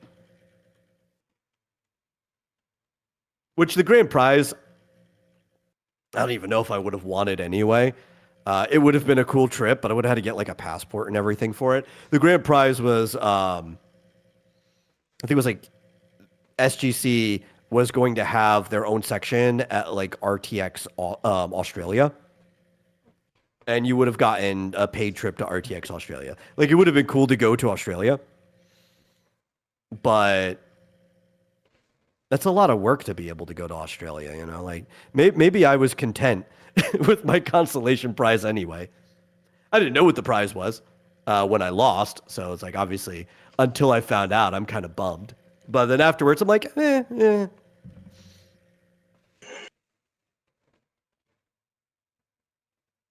Heck, going to Australia now probably would be something because you know a couple people down there. I already knew people in Australia. But the thing is, like, the people I knew in Australia came to me. They were at SGC. Yeah.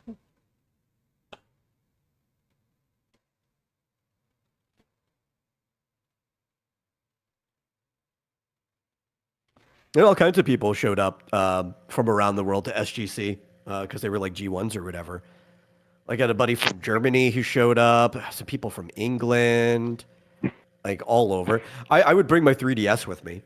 Which I remember in 2013 specifically, there's that one guy who felt left out in line because everybody had their 3DS for Street Pass on them, and he's just sitting there with his PlayStation Vita. Like, yeah, I chose the right console. But that was like any convention period is the best place to take one of those. But if you knew there were people internationally, it was the best place to take it because you could start knocking off international marks on your 3DS. Craig needs to recreate SGC with his Game Awards. He kind of did a mini SGC at one point, his one night only a few years back, which I wanted to go to, but especially in the situation I was at the time, it was just too expensive for a single night. It got you the whole hotel room and everything, like it was a package. But it's just like it's not quite SGC. It's I'm not spending $400 for a single night. You know, I agree. Those were the best conventions that I've ever been to. I loved SGC. SGC is what a convention should be. Okay. It's just a nonstop party from the time that it starts to when it ends. Bunch of good panels. The thing is, too, SGC, the people who showed up felt so safe in that environment that, like, the guests, the people running panels and stuff, would just walk around and hang out with people and play video games in the lobby and everything where the arcade stuff was.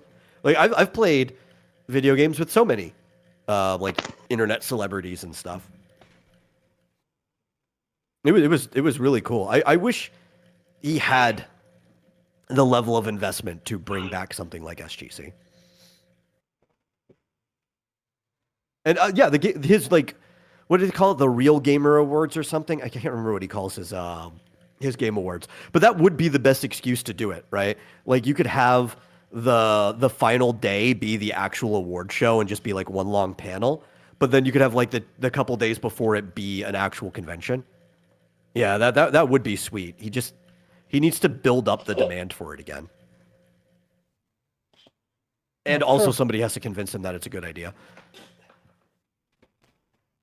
because they lost money, most SGCs, or it became even.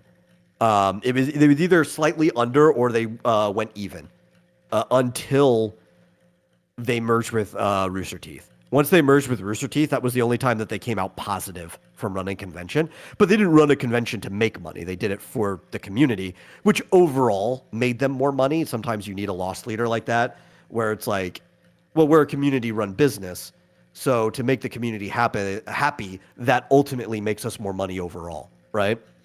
And he understood that because he loved the community. He still does. Like any of the people who stuck around, he doesn't use G1s anymore, but obviously all the older people are G1s. I forget what he uses for his community now, what name, but he did have like a name for it. But like, if you're going to do something like that, it needs to be community focused. That's what ends up making the convention good.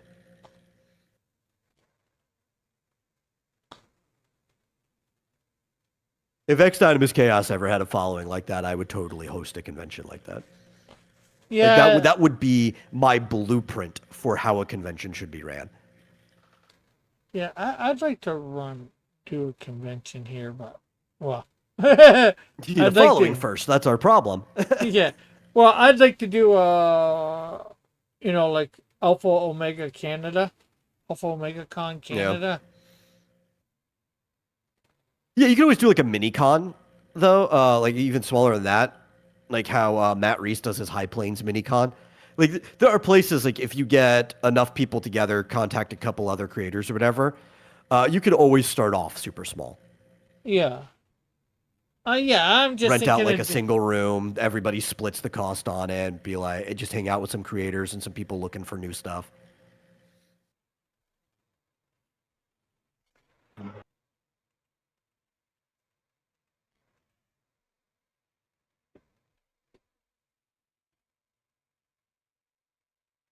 But, oh man, like when he says Craig needs to recreate it, like I feel that so much in my bones. I want to say I did hit a milestone on the weekend because due to something involved with my alt account, I have one of my characters officially starring in the comic now. Oh, that's cool. Well, it's not one of the main superhero characters, but at least I have a character I created it's in the comic now, fortunately. Yeah, that is something. Yeah. That is an actual thing.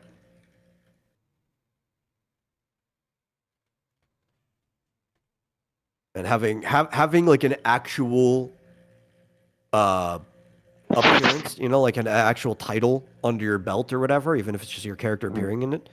That is like the first milestone, like the real one. Yeah.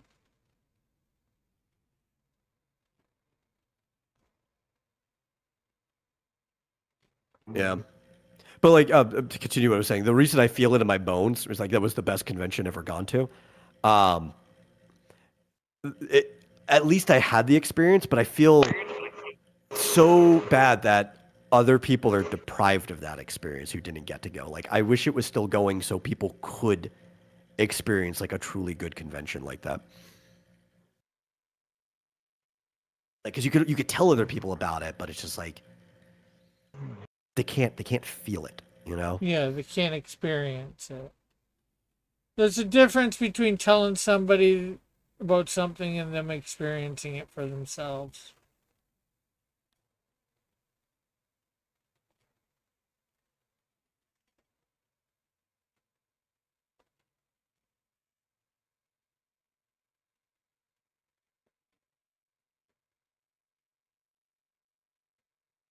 All right, I'll be right back.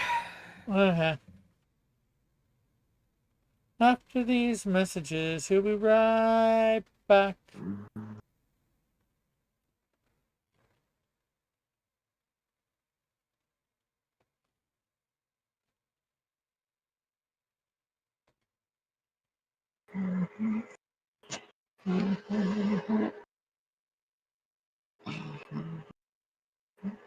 There's nothing like a convention that is over 48 hours.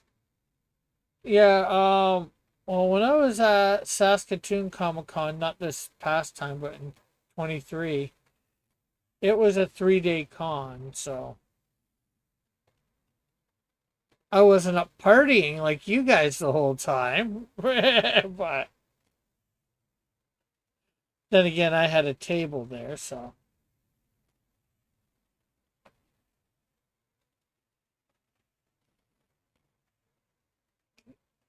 Maybe there's a difference between cons in Canada and thing, because I've never experienced anything like this. That's the further con.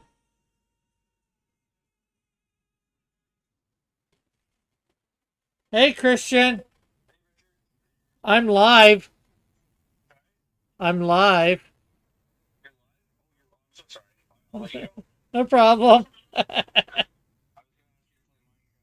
Yeah, I sent you a thing earlier about playing it. Oh, maybe you responded.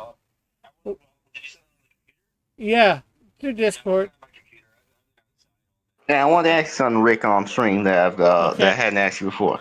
Well, personally, from your perspective, why do you think God created whales?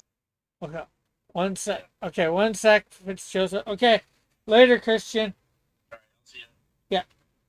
Why do I think God created whales? I don't know. Not you, Alpha, my buddy Christian. Because like you have an animal that's a creature that's almost as intelligent as a human, but it's stuck in a peculiar aquatic body. I wouldn't call it stuck. And well, and I know Nah. scientists say they are, but Alpha says, "Oh, you were talking to another Christian." I was talking to my friend whose name is actually Christian, who is a Christian. Alpha. On my phone. Didn't you guys hear my phone ring? I literally just got back. Well, yeah, I meant everybody else. You weren't here to hear it ring. So. Yeah, but what you were saying, Rick? I know, and I'm not discounting that they are intelligent, but I don't think, and they can probably learn a lot and all that, but I don't think they're as intelligent as. They have complex language. Yeah. I know they have language. I'm not sure. Well, to me, all animals have language. It's just we don't understand. No, that's not true. That's not true. I know you. That's what you guys believe and whatever, but you know, I disagree. I have no real proof except the fact that they communicate with each other in whatever ways that they do. So I don't understand it. I don't get most mammals have the capacity to understand language to some degree, though their vocabulary limits are definitely different. Stuff we've domesticated have gained a higher capacity to understand language, but there's quite a few animals out there who have actual unique language with names and stuff for each other, which whales fall into that category. Mm-hmm. Or we assume they do, anyways. We assume we know for a fact they actually do. Yeah, through math. This has been proven. It's not a subjective physics. It's not subjectivity we have, here. Evidence of it. The reason evidence, it's not even like speculation. It's like math. Well, I just say assume because we don't understand them like we can understand somebody speaking French or Italian. We can't imitate their speech because they don't have the correct vocal cords. But you can actually use math to actually understand what they're saying. If you get, I get what Rick is saying because we know that they are saying things, and we know that they're saying specific things. We are assuming what those specific things are. Now, we have a pretty good guess for a lot of it, right? Talking about math or whatever. But we can't know precisely what they're saying because we haven't actually learned their language from their perspective. Yeah, and that's what I mean. Yeah. We can interact with somebody who speaks Spanish or Italian or whatever, and learn that language to know what the actual words mean. We're Mm. and we're guessing using math, I guess, is how Mm. you're saying what these things mean. Are we? Can we be Like, we know 100% when positive? somebody's saying a name for sure. Like that's not even up for guesses. Because you can recognize where you get the exact precise call every single time that like a mother is calling for her a specific calf. If they have more than one, you could tell when she's calling specifically for that calf, not other calves, and the Yeah. calf knows that it's its name. Okay. So like we definitely know when they're using names for each other. It gets a little dicier when it comes to other patterns that they're doing because it's really hard to know like they probably don't have like a noun verb object structure like we do because language for different creatures could function in different ways. So it's really hard to guess like are we know that they're signaling to do a formation because like especially killer whales, orcas, they do actually talk about like the formations and stuff they're going to do while hunting and defending and everything. We know that they're talking about a formation. We couldn't exactly break down the individual parts of the language talking about it, right? We couldn't break down like what means to flank left or right if they even have that concept because they're working also more in three-dimensional space because they're not stuck to the ground in the way we are since they're kind of like flying through water. So their language might have more directions than just like a left or a right would be, right? And it's really hard to break that down. But we do know generally sort of what they're talking about, and we can see the patterns where it's the same every time they're talking about the same thing. Which is very similar to the same patterns that you would pick up if I dropped you in a French country and you know no French. Though, obviously, Rick, you probably know more French than most of the people on this call being in Canada. Yeah, I'm not how sure good it is, about but yeah, but probably more than anybody else in the call. They'll pick a different one. I'll drop you in China, right? Because you probably know absolutely no Mandarin or any of the other Chinese languages there. You'd I think at I've least heard at one or first, two. But you'd probably at least be able to pick out the general patterns, right? Like you'd be able to tell they're talking about food or they're talking about purchasing from a market. You don't know the exact things they're saying at first, but you'd be able to pick up the patterns. The difference, though, is because you're working with human stuff that follows a lot of the same needs and patterns, eventually through immersion, you would learn the language. yeah, well, also the It's fact more that difficult when we're dealing with something that has a completely different way of living yeah, and way of well, also though using their sounds. with humans too, like I would be going up to them and trying to communicate with them and ask them questions, and they would be trying to respond or do something to. You'd at least be like repeating sounds, but that's the thing too. Like what I'm saying, different way of using sounds. Ultimately, every language uses the same vocal range that humans use, right? Even if they use sounds that you're not used to using in your language, you could imitate those sounds yourself. You wouldn't need machines to imitate it. That's Yeah. actually Well, one of the whales ways can't. that we're starting to learn whale language is because we can imitate their sounds by capturing their sounds and playing them back to them in different patterns, right? Yeah. So we are kind of learning their language to a degree. It's just then it comes to the fact that we don't function in a whale body, so there's that extra step, right? But Yeah. because like China uses most of the same syllables, eventually you could start spinning syllables back at them and eventually come to an understanding of what the syllables you're saying mean once it starts getting you the thing that you want it to get you. Yeah. I guess part of what I'm thinking is, I think it was the Next Generation sort of dealt with this a little bit about language. Troy puts a cup on the table and says some made up word, and then she says to Picard, "What did I say?" And then he just simply starts guessing. He has no idea. But that's I mean, you learn any language through if you're learning through immersion the same way a baby learns language, right? Yeah. The baby doesn't know anything. They're seeing what people do and what they say around what they do, and they start Yeah. repeating it back until they have an understanding. And then they're also being taught. This means this, that. Too. Yeah. But they learn a lot of stuff that you don't teach them. right? True. Just through observation, because we're pattern recognizing machines. And it's like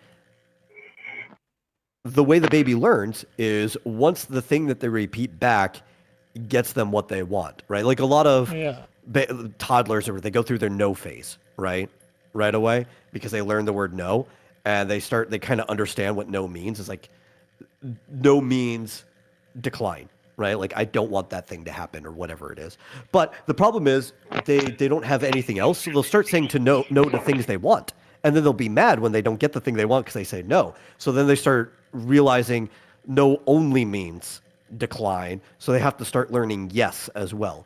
That's kind of like how the system goes on how we put patterns together and we learn things. That happens anywhere. Like the quickest way to learn a language is to just be dropped in the middle of a place that is speaking a language you don't know.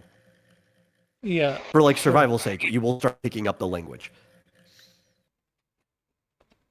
But we couldn't really do that if I dropped you in a tank with whales. First off, you can't swim as efficiently as they can.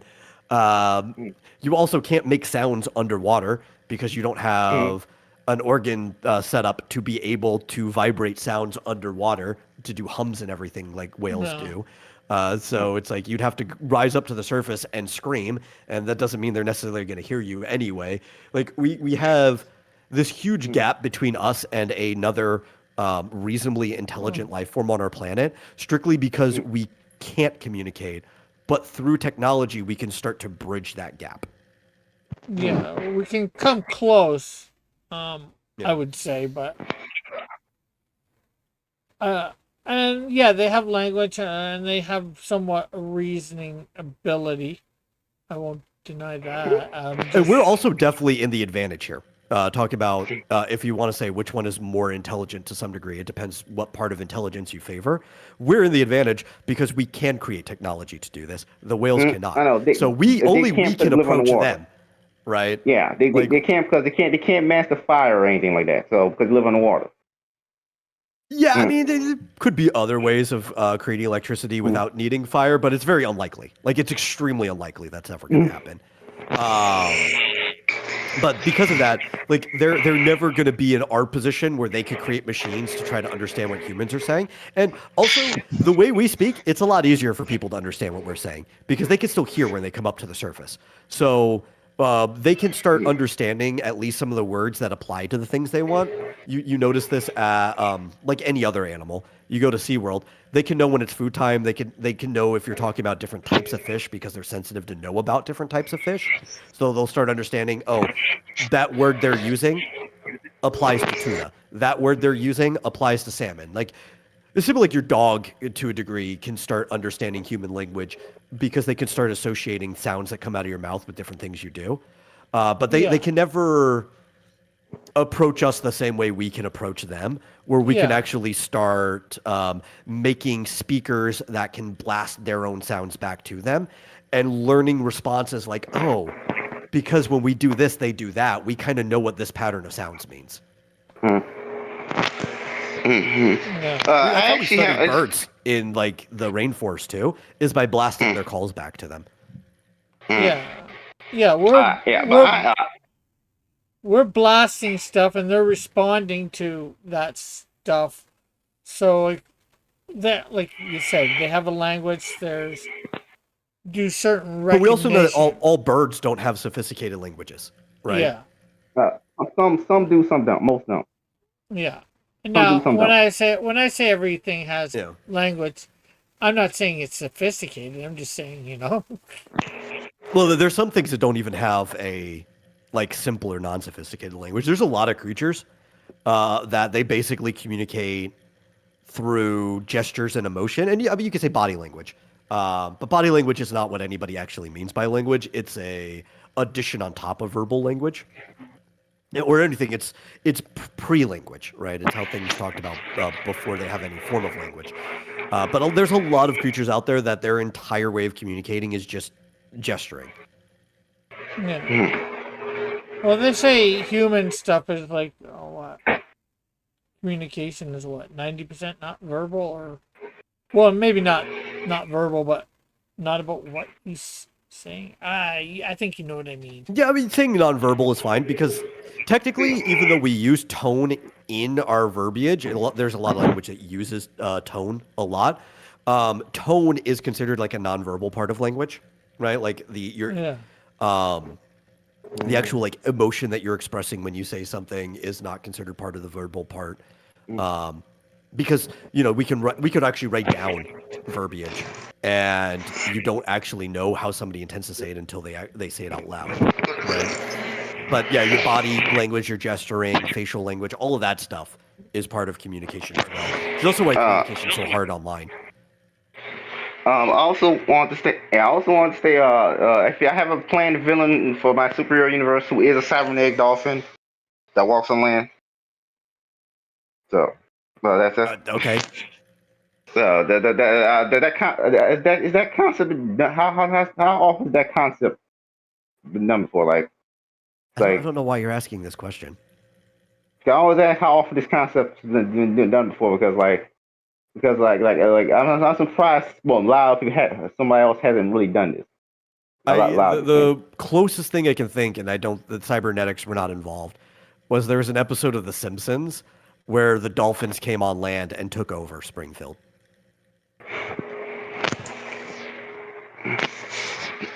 Yeah, but it might have been a Treehouse of Horror, so it would be easier to find. That sounds like a Treehouse of Horror bit. I don't remember exactly if it was or wasn't. It was years ago that I watched it, but Springfield was taken over by dolphins. Yeah, but this is more like that dog from Rick and Morty, though. So, but dolphin. Oh, from the Lawnmower Dog episode, which is obviously inspired by Lawnmower Man.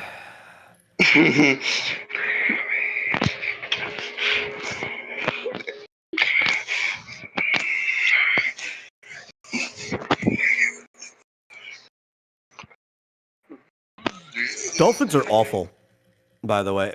They're friendly, but they're also very aggressive, and they're awful.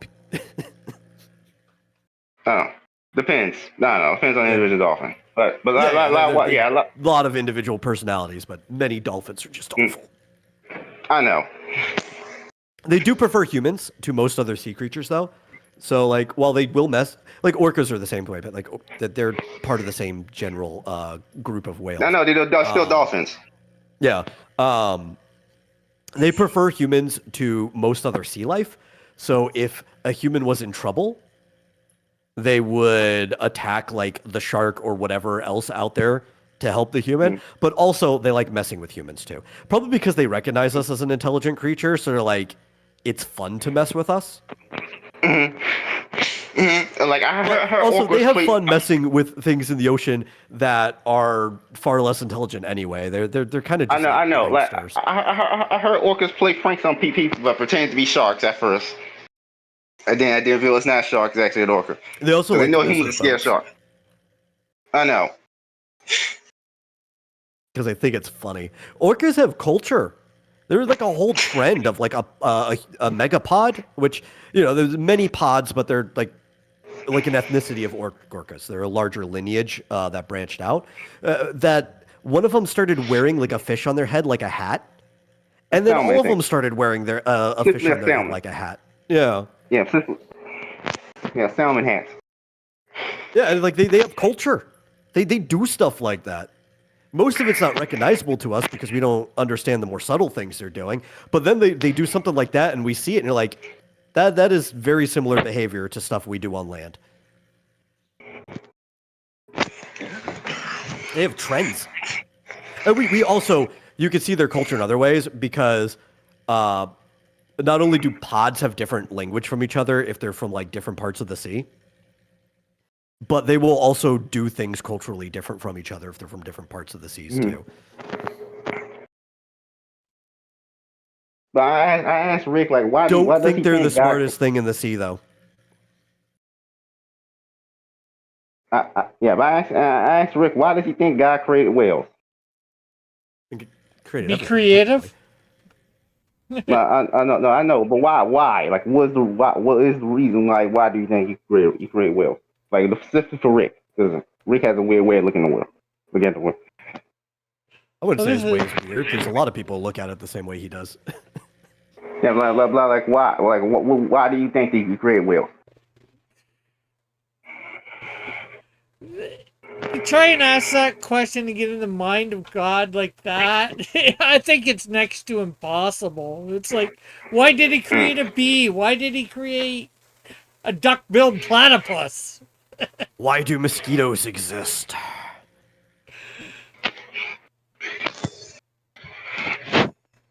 I'm totally for eradicating mosquitoes, though. Screw those guys. Mosquitoes need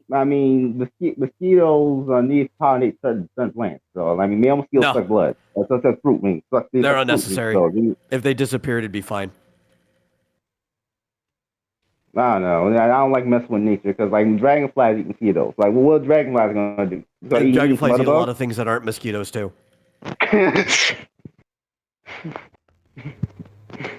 The thing is, I think we underestimate how resilient nature is. Yeah, sometimes you remove or introduce one thing, and it completely changes the face of an ecosystem. But more often than not, it's if something has more than one diet or whatever, or even more than one thing ends up pollinating or whatever, you remove the one thing and almost nothing changes.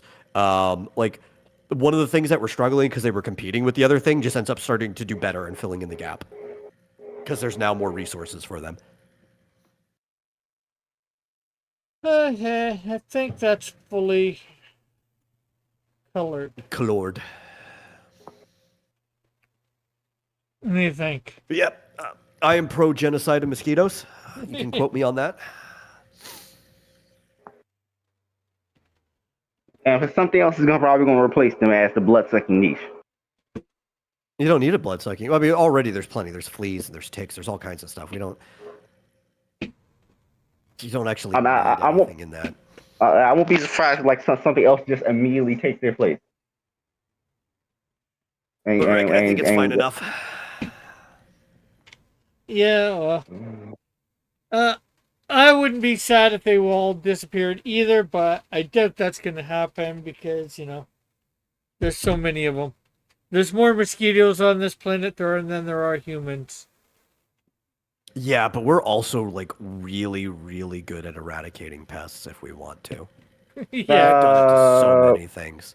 But at the same time, I don't like trying to wipe out species. I mean, we have done that before, but we have fast reproducing species even harder. Yeah, you just have to scorch earth policy. Basically, you have to be really, really effective about it.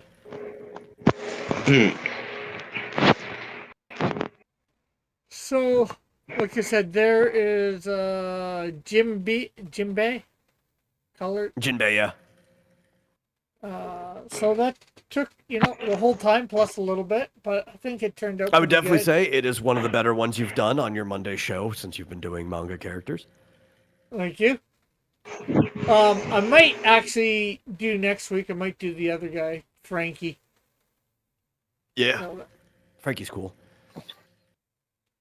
Problem with Frankie though, it's if you want to do that one specifically, you can. It's picking which style of him, because he's the one that physically I think there are the most differences between him at different times because he's getting different cybernetic robotic changes to his body. Yeah, well, you can. I hope you probably can see what I've got here. That would probably what I would do. Something very similar. I've seen, I think, a few different color schemes or whatever, but I've got a few different pictures.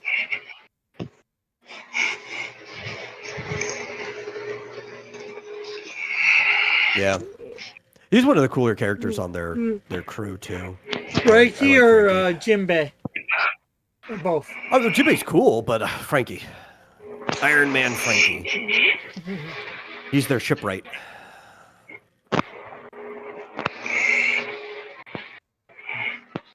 Okay, yeah, since I'm done, of course I'm going to be back on tomorrow night, combining some He-Man character with Mario,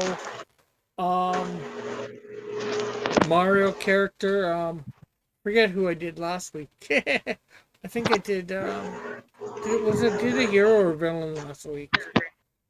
Was last week the Monty Mole one, or? Oh yeah, it was Trapjaw with Rocky Wrenches. Yeah, Rocky Wrench. That was it. It was Rocky Wrench. He's related to Monty Mole, but two completely different characters. So maybe I'll do a hero this week. I gotta do some. Gotta try and do some of my things. Maybe gotta get together with you in the next couple weeks to try and get Mortal Kombat and Street Fighter ones hooked up. I've got the list of the characters that I think I want to use, but obviously I'm not going to. There's like way more. I'm using Street Fighter 1 and Street Fighter 2 and Mortal Kombat 2.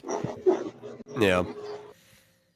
Mortal Kombat also has way more characters than Street Fighter, but if you're only limited to the beginning, it's a lot easier to match them up. Yeah. Mm-hmm. But of course, like Mortal Kombat has to have more characters because they're constantly killing each other. So yeah, but they also constantly come back too. Do you have any? Like, I know they constantly come back to life, especially in the more modern characters. Yeah, I know, especially in the more modern games, they're constantly coming back to life. Or time. Mortal time Kombat Armageddon had like 70-something characters playable in it. Street Fighter has a lot of characters too. I think it's very comparable, the number that they have. Maybe I would probably, if I were to guess without looking up the number, and I'd probably be close to right, I would say that Mortal Kombat probably has 1.5 times the characters of Street Fighter. I would probably say it's probably close to a 1.5 ratio. Okay, let's see if I can figure. But Street Fighter does have a lot. If you go to like the Alpha games, which I think Street Fighter Alpha 3 had the largest roster to date for Street Fighter.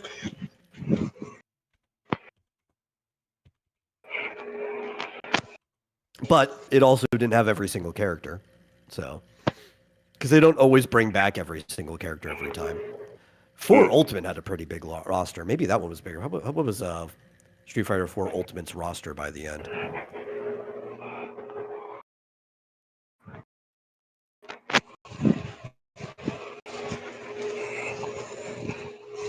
Yeah, they had 44 playable characters by the end of Street Fighter 4. For Ultra Street Fighter 4, yeah.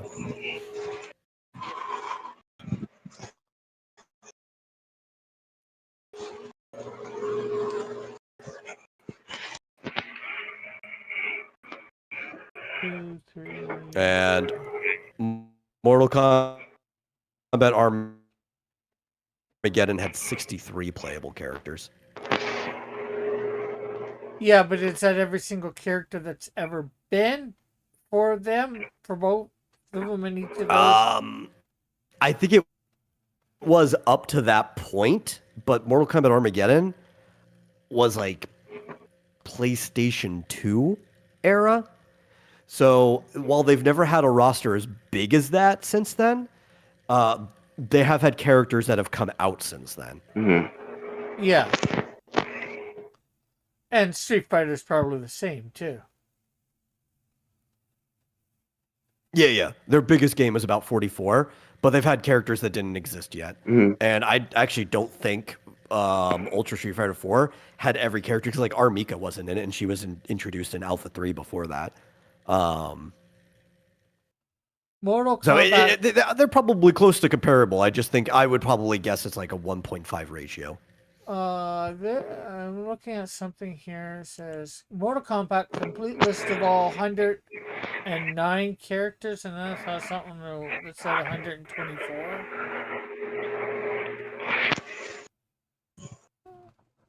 Yeah, it probably also depends whether they're counting like. It says 12 what you would call like duplicates of characters, because sometimes they're. It says 12 titles, 109 characters. Yeah, I'm saying like the variants might be there. There have been people who've had the same title at different points in history, so it depends whether they're counting them as the same character or a unique character.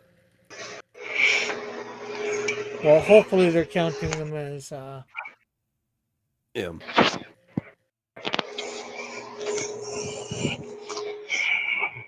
Like, but technically, there's only ever been one playable Scorpion, though his was a title before the undead immortal Scorpion from Hell ends up becoming Scorpion forever. It was a title within his clan, so there have been more than one Sub-Zero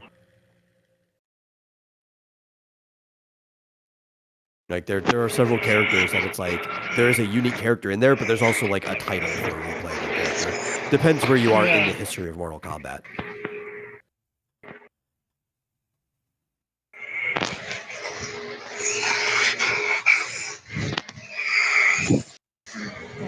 See, Outcast says Street Fighter has 90 player book characters and 33 others from spin-offs. Probably playable. I mean, maybe that was autocorrect. I don't know. I've never heard somebody call it a player book. I'm going to assume it meant 90 playable characters. Or maybe that is just a terminology I'm not used to. What? No, yeah, he did mean playable. Okay, I thought so. Street Fighter has 90 playable characters plus 33 others from spin-offs, okay? There's spin-offs from... What does he mean? What do you think he means by spin-offs? Like the Alpha or I know Mortal Kombat has spin-offs. Everything's main series games like Street Fighter. He's talking about Street Fighter there. I'm trying to think. Because, I mean, there are spin-off games like there's Marvel Superheroes versus Street Fighters. There's Street Fighter Cross Tekken and other things that take place in the Street Fighter I thought this would be an obvious one, but has there ever been a beat-em-up spin-off of Street Fighter that focusing on a single character? What is that one beat 'em up by Capcom? I think it takes place in the same world because the characters have showed up. That like Mike Hagar Final Fight technically takes place in the same world as Street Fighter. Some of the characters from it have been brought into Street Fighter over time. Oh, okay. Okay, Outcast, what do you mean by spin-offs exactly?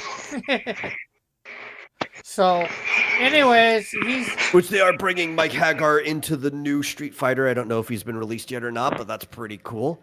Mayor Mike is awesome. So if you go by that 90 and 33, that's... If you count the 33, then they're about equal. Or maybe a little bit more. Well, if we go to the higher end where it's at like 120 something, then it actually puts them at about equal. Yeah. Yeah, one would be 124, the other would be 123. Now, if you go 90 and 109, still that's fairly close. That's 20 different. Yeah, they're closer than I thought.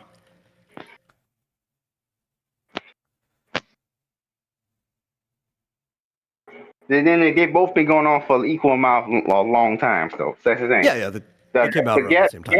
Yeah, but because the gap between Street Fighter and Mortal Kombat is less than DC and Marvel. So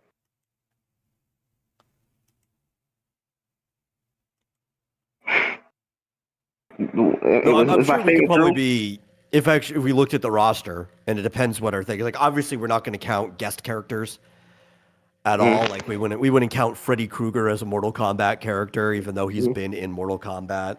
We wouldn't count, the Justice League, from or DC. We wouldn't count the X-Men as Street Fighter characters, even though Marvel Superheroes versus X-Men. Yeah, we're not gonna count that, but if we move the guest characters, it was Marvel Superheroes versus Street Fighter. No, I said versus X-Men. Spider-Man was in Marvel Superheroes versus Street Fighter 2. And that was the predecessor to what later would be Marvel versus Capcom. Marvel versus Capcom. Yeah. Yeah. Well,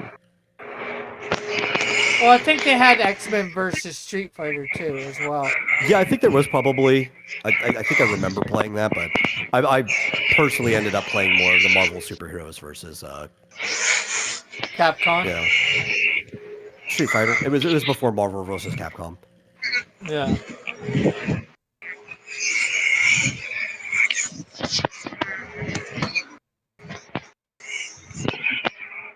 That one I always found more fun because the older ones weren't tag fighters. They were 1v1s. Once you get to Marvel versus Capcom, you're just in tag fighter. Like, tag fighters can be fun. I just don't like tag fighters. Yeah, it's more when they get all complicated with them. Okay, I'm not sure whether Outcast's going to answer my question about spin-offs, so... if you're hearing this, Outcast, and you want to answer in the comment if we go off air. Feel free. Anyways, I know what the answer is probably going to be. Anything you want to promote, Fitzchozo? No. Okay. Well, if you're going to be working on Robo Crim, you might as well promote the pilot episode again. Okay, I guess you you can watch the first episode of Romo and Crumb, the subtitle version, but please comment what you think, because I don't think no one has commented on it. Oh, Like yeah, no yeah. one. Commented. It's good for the algorithm to comment, yeah. Well, and if you can, maybe grab the link for that from your channel. Not by my phone, so. Oh, okay. I'll see if I can grab it real quick. Let me. Okay, well, I was about to ask you whether you wanted to promote anything, but I'll let you do that first. I will in a second. I'm just grabbing the link to be nice, because it's pretty easy to get.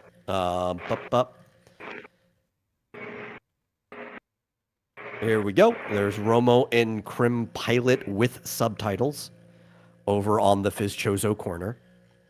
Which here, I've told you what I think, but to help for the algorithm, I'm going to give you an elbow cough. There's your comment right there. Yeah.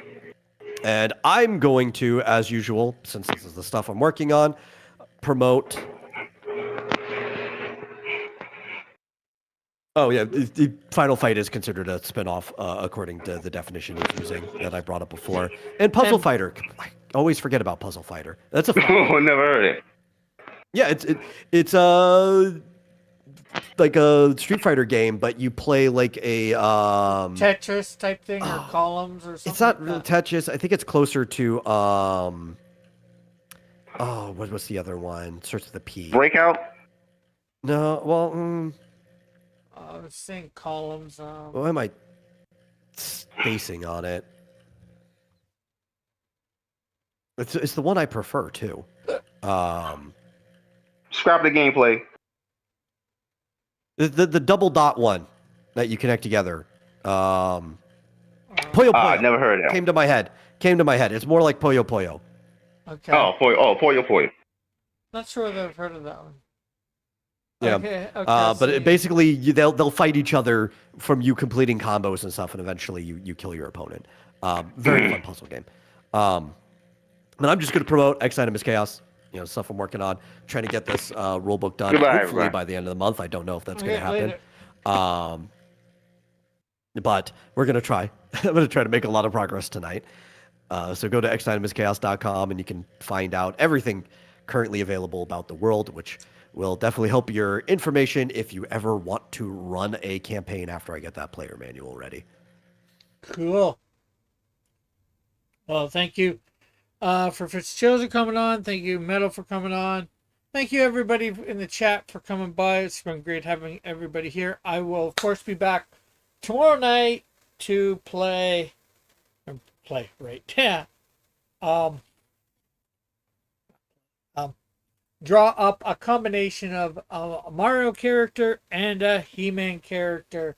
So be here for that, the mashup, Chillstream mashup. Ooh, I don't know. Tomorrow night, it's a Genshin Impact patch. I don't know if I'll be here. Well, hopefully. So yes, we'll see everybody hopefully tomorrow. And so bye for now. God bless. Love you all. Have a great and wonderful day, night, whatever.